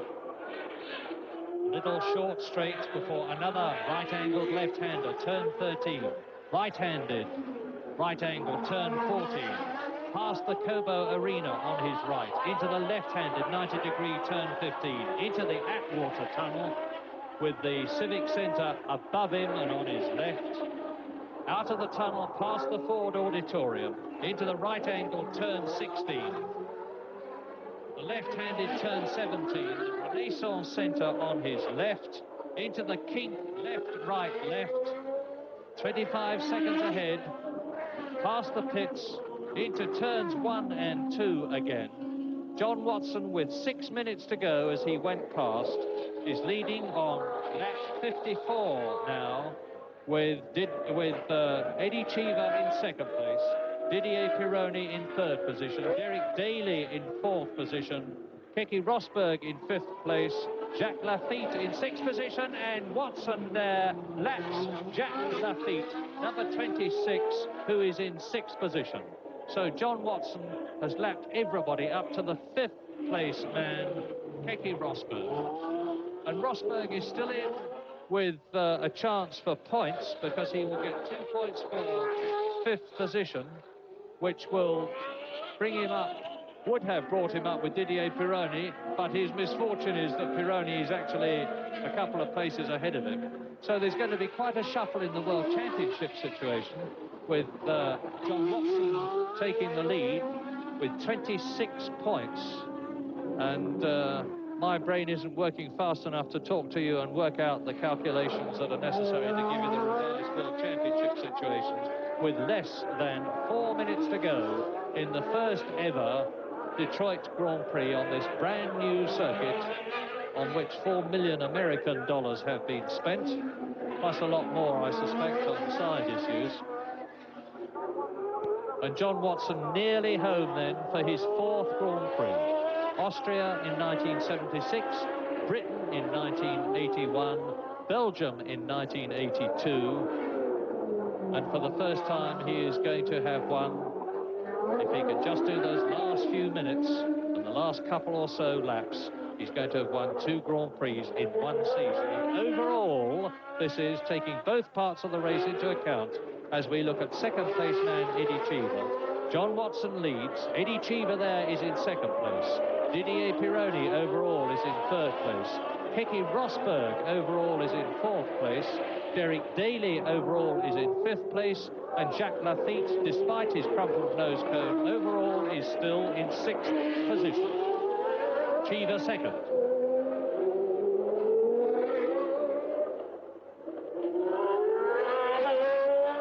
Completes a lap. John Watson well away there. Round turn 6, up to turn 7. Approaching Congress. Past Mansell's car. Oh, he's a phlegmatic chap, John Watson. He's got a wry and dry sense of humour. But assuming that he finishes the race where he is, I wouldn't expect him to be jumping up and down with excitement. He will quietly accept the fact that he has driven an absolutely superb race, and those are the overall positions. And there's the pit signal. You're in first position, plus 25 seconds with 2 laps to go. Yes, well, that's what the team is speculating, but we have it a bit marginal as to whether it's going to be 1 or 2 more laps, depending on when it finishes. I think it might only be 1, and but the team will always take the precaution of giving him the most possible number, because the most awful thing that can happen to a driver is you signal him 1 lap to go, he comes around thinking he's won, slows down, the checkered flag doesn't come out, and have in my career actually seen races lost like that. So they'll give him 2 laps to go, and then hope that he gets the checkered flag and notices it this time. Well, John Watson on his way, surely, to his 4th Grand Prix in his career, and this is his 128th Grand Prix, into what now, surely, is the last lap. He goes round the combined turn 1 and turn 2, on to the right-hander, and Cheever behind him in second position. And if Cheever finishes in that place, it's going to be a superb drive for him, and will get his morale back, because he had a very poor season with Osella before he joined the Talbot team this year. So Eddie Cheever in second place. John Watson well away now in the lead on what we are virtually certain is his last lap in this memorable Detroit Grand Prix. There he is. Well, he won in Austria, he won in Britain, he won in Belgium. There we are, the greatest sight in Grand Prix racing for a driver. Such a big lead, they don't even have to put his plus on there. He's just going to cruise round. He may not even need that one extra lap that they're signalling him. But a wonderful drive by John Watson, really aggressive stuff when he needed it without ever taking any risks. He used his, undoubtedly he's had a car advantage, but he's used it to absolute perfection. And the highlight of the race, without any doubt, was Watson going through past 3 cars on 1 lap to get clear of the big hang-up was the potential group held up by the Ferrari, and then get off, and it was really a bit of a walkover from there on. But a great race, and Watson now that'll take him into the lead of the World Championship, and he must be a very happy man. And as he goes into the Atwater Tunnel, we reckon, we've done a quick check on the timings, and we reckon that this is indeed his last lap. We've seen the board which tells him that, and John Watson now passes Salazar's car a second time. His McLaren has run absolutely faultlessly. He's obviously chosen the right tyres, and there is the finish official. The checkered flag goes, and John Watson has, in the McLaren, won his 4th Grand Prix in his career, the 3rd race won by McLaren out of 7 this year. Eddie Cheever there coming up to finish in 2nd place. And behind him, Didier Pironi gets another good points position, and without a doubt, quick mental check, John Watson must have moved into the lead of the World Championship as Rosberg comes through in 4th position in front of his teammate Derek Daly. John Watson tours in on his wind-down lap, and Jacques Lafitte, yes, there's the confirmation. 9 points for Watson, 6 for Cheever, 4 for Pironi, 3 for Rosberg, 2 for Daly, and 1 point, 1 valuable point. Confirmation, as will also the 2nd place finish of Eddie Cheever's B and of Didier Pironi, who is this time the car you're looking at, the Ferrari car number 28, is being credited with 3rd place. Keke Rosberg from Finland being 4th, and then Derek Daly from Southern Ireland, he be 5th in the race, with Jacques Lafitte of France taking up for the 6th. There is Cheever going right into the garage area. This is a compound that the cars have been brought in there to the garage area. They will then be put on a special vehicle to be driven around to Victory Circle, where they will, as ever, be presented with the garlands, the trophies, and of course the traditional bottle of champagne that will be sprayed by the winning driver. So therefore, the Victory Circle still to come. So it's Watson and Cheever, Pironi and Rosberg, Daly and Lafitte, all unofficial. We'll be back for the final doings from Detroit. Well, there's another look at the Renaissance Center and at the final unofficial standings in the Detroit Grand Prix, the first one ever. John Watson, Eddie Cheever, Didier Pironi, Keke Rosberg, Derek Daly and Jacques Lafitte, then Jochen Maas, Mark Surer, Brian Hinton, René Arnoux, Chico Serra of Brazil, and Alain Prost finishing way down in 12th place after he led this race in the early going by the marshals and by the stewards. There may be some discussion later about stopping the race, red flagging it. There is John Watson and Eddie Cheever with him. Eddie Cheever in the blue and white, John Watson in the red and white, and Pironi with the word candy on the back there in the other red uniform. In fact, they've got all the drivers on there. I see Jochen Maas, I see Keke Rosberg. They've got a full house there. In fact, all the drivers waving to the massive crowd that has come here. And considering it's the very first Grand Prix of Detroit, I'd like to add my congratulations to all of the organizers and to Detroit for bringing this amazing event to this city. Long may it last, many more I hope they'll be. But look, you see a lot of tired drivers sitting down and resting as they're driven around the Renaissance Center to the start-finishing line area there to come back, of course, to be presented with their trophies. For John Watson, victory at age 36. For Eddie Cheever, tremendous promise and victory in his native land at age 25. And as we look at the Renaissance Centre, there is the World Championship situation. John Watson now leads Pironi by 6 points. 2 ahead of Prost, 1 ahead of Rosberg.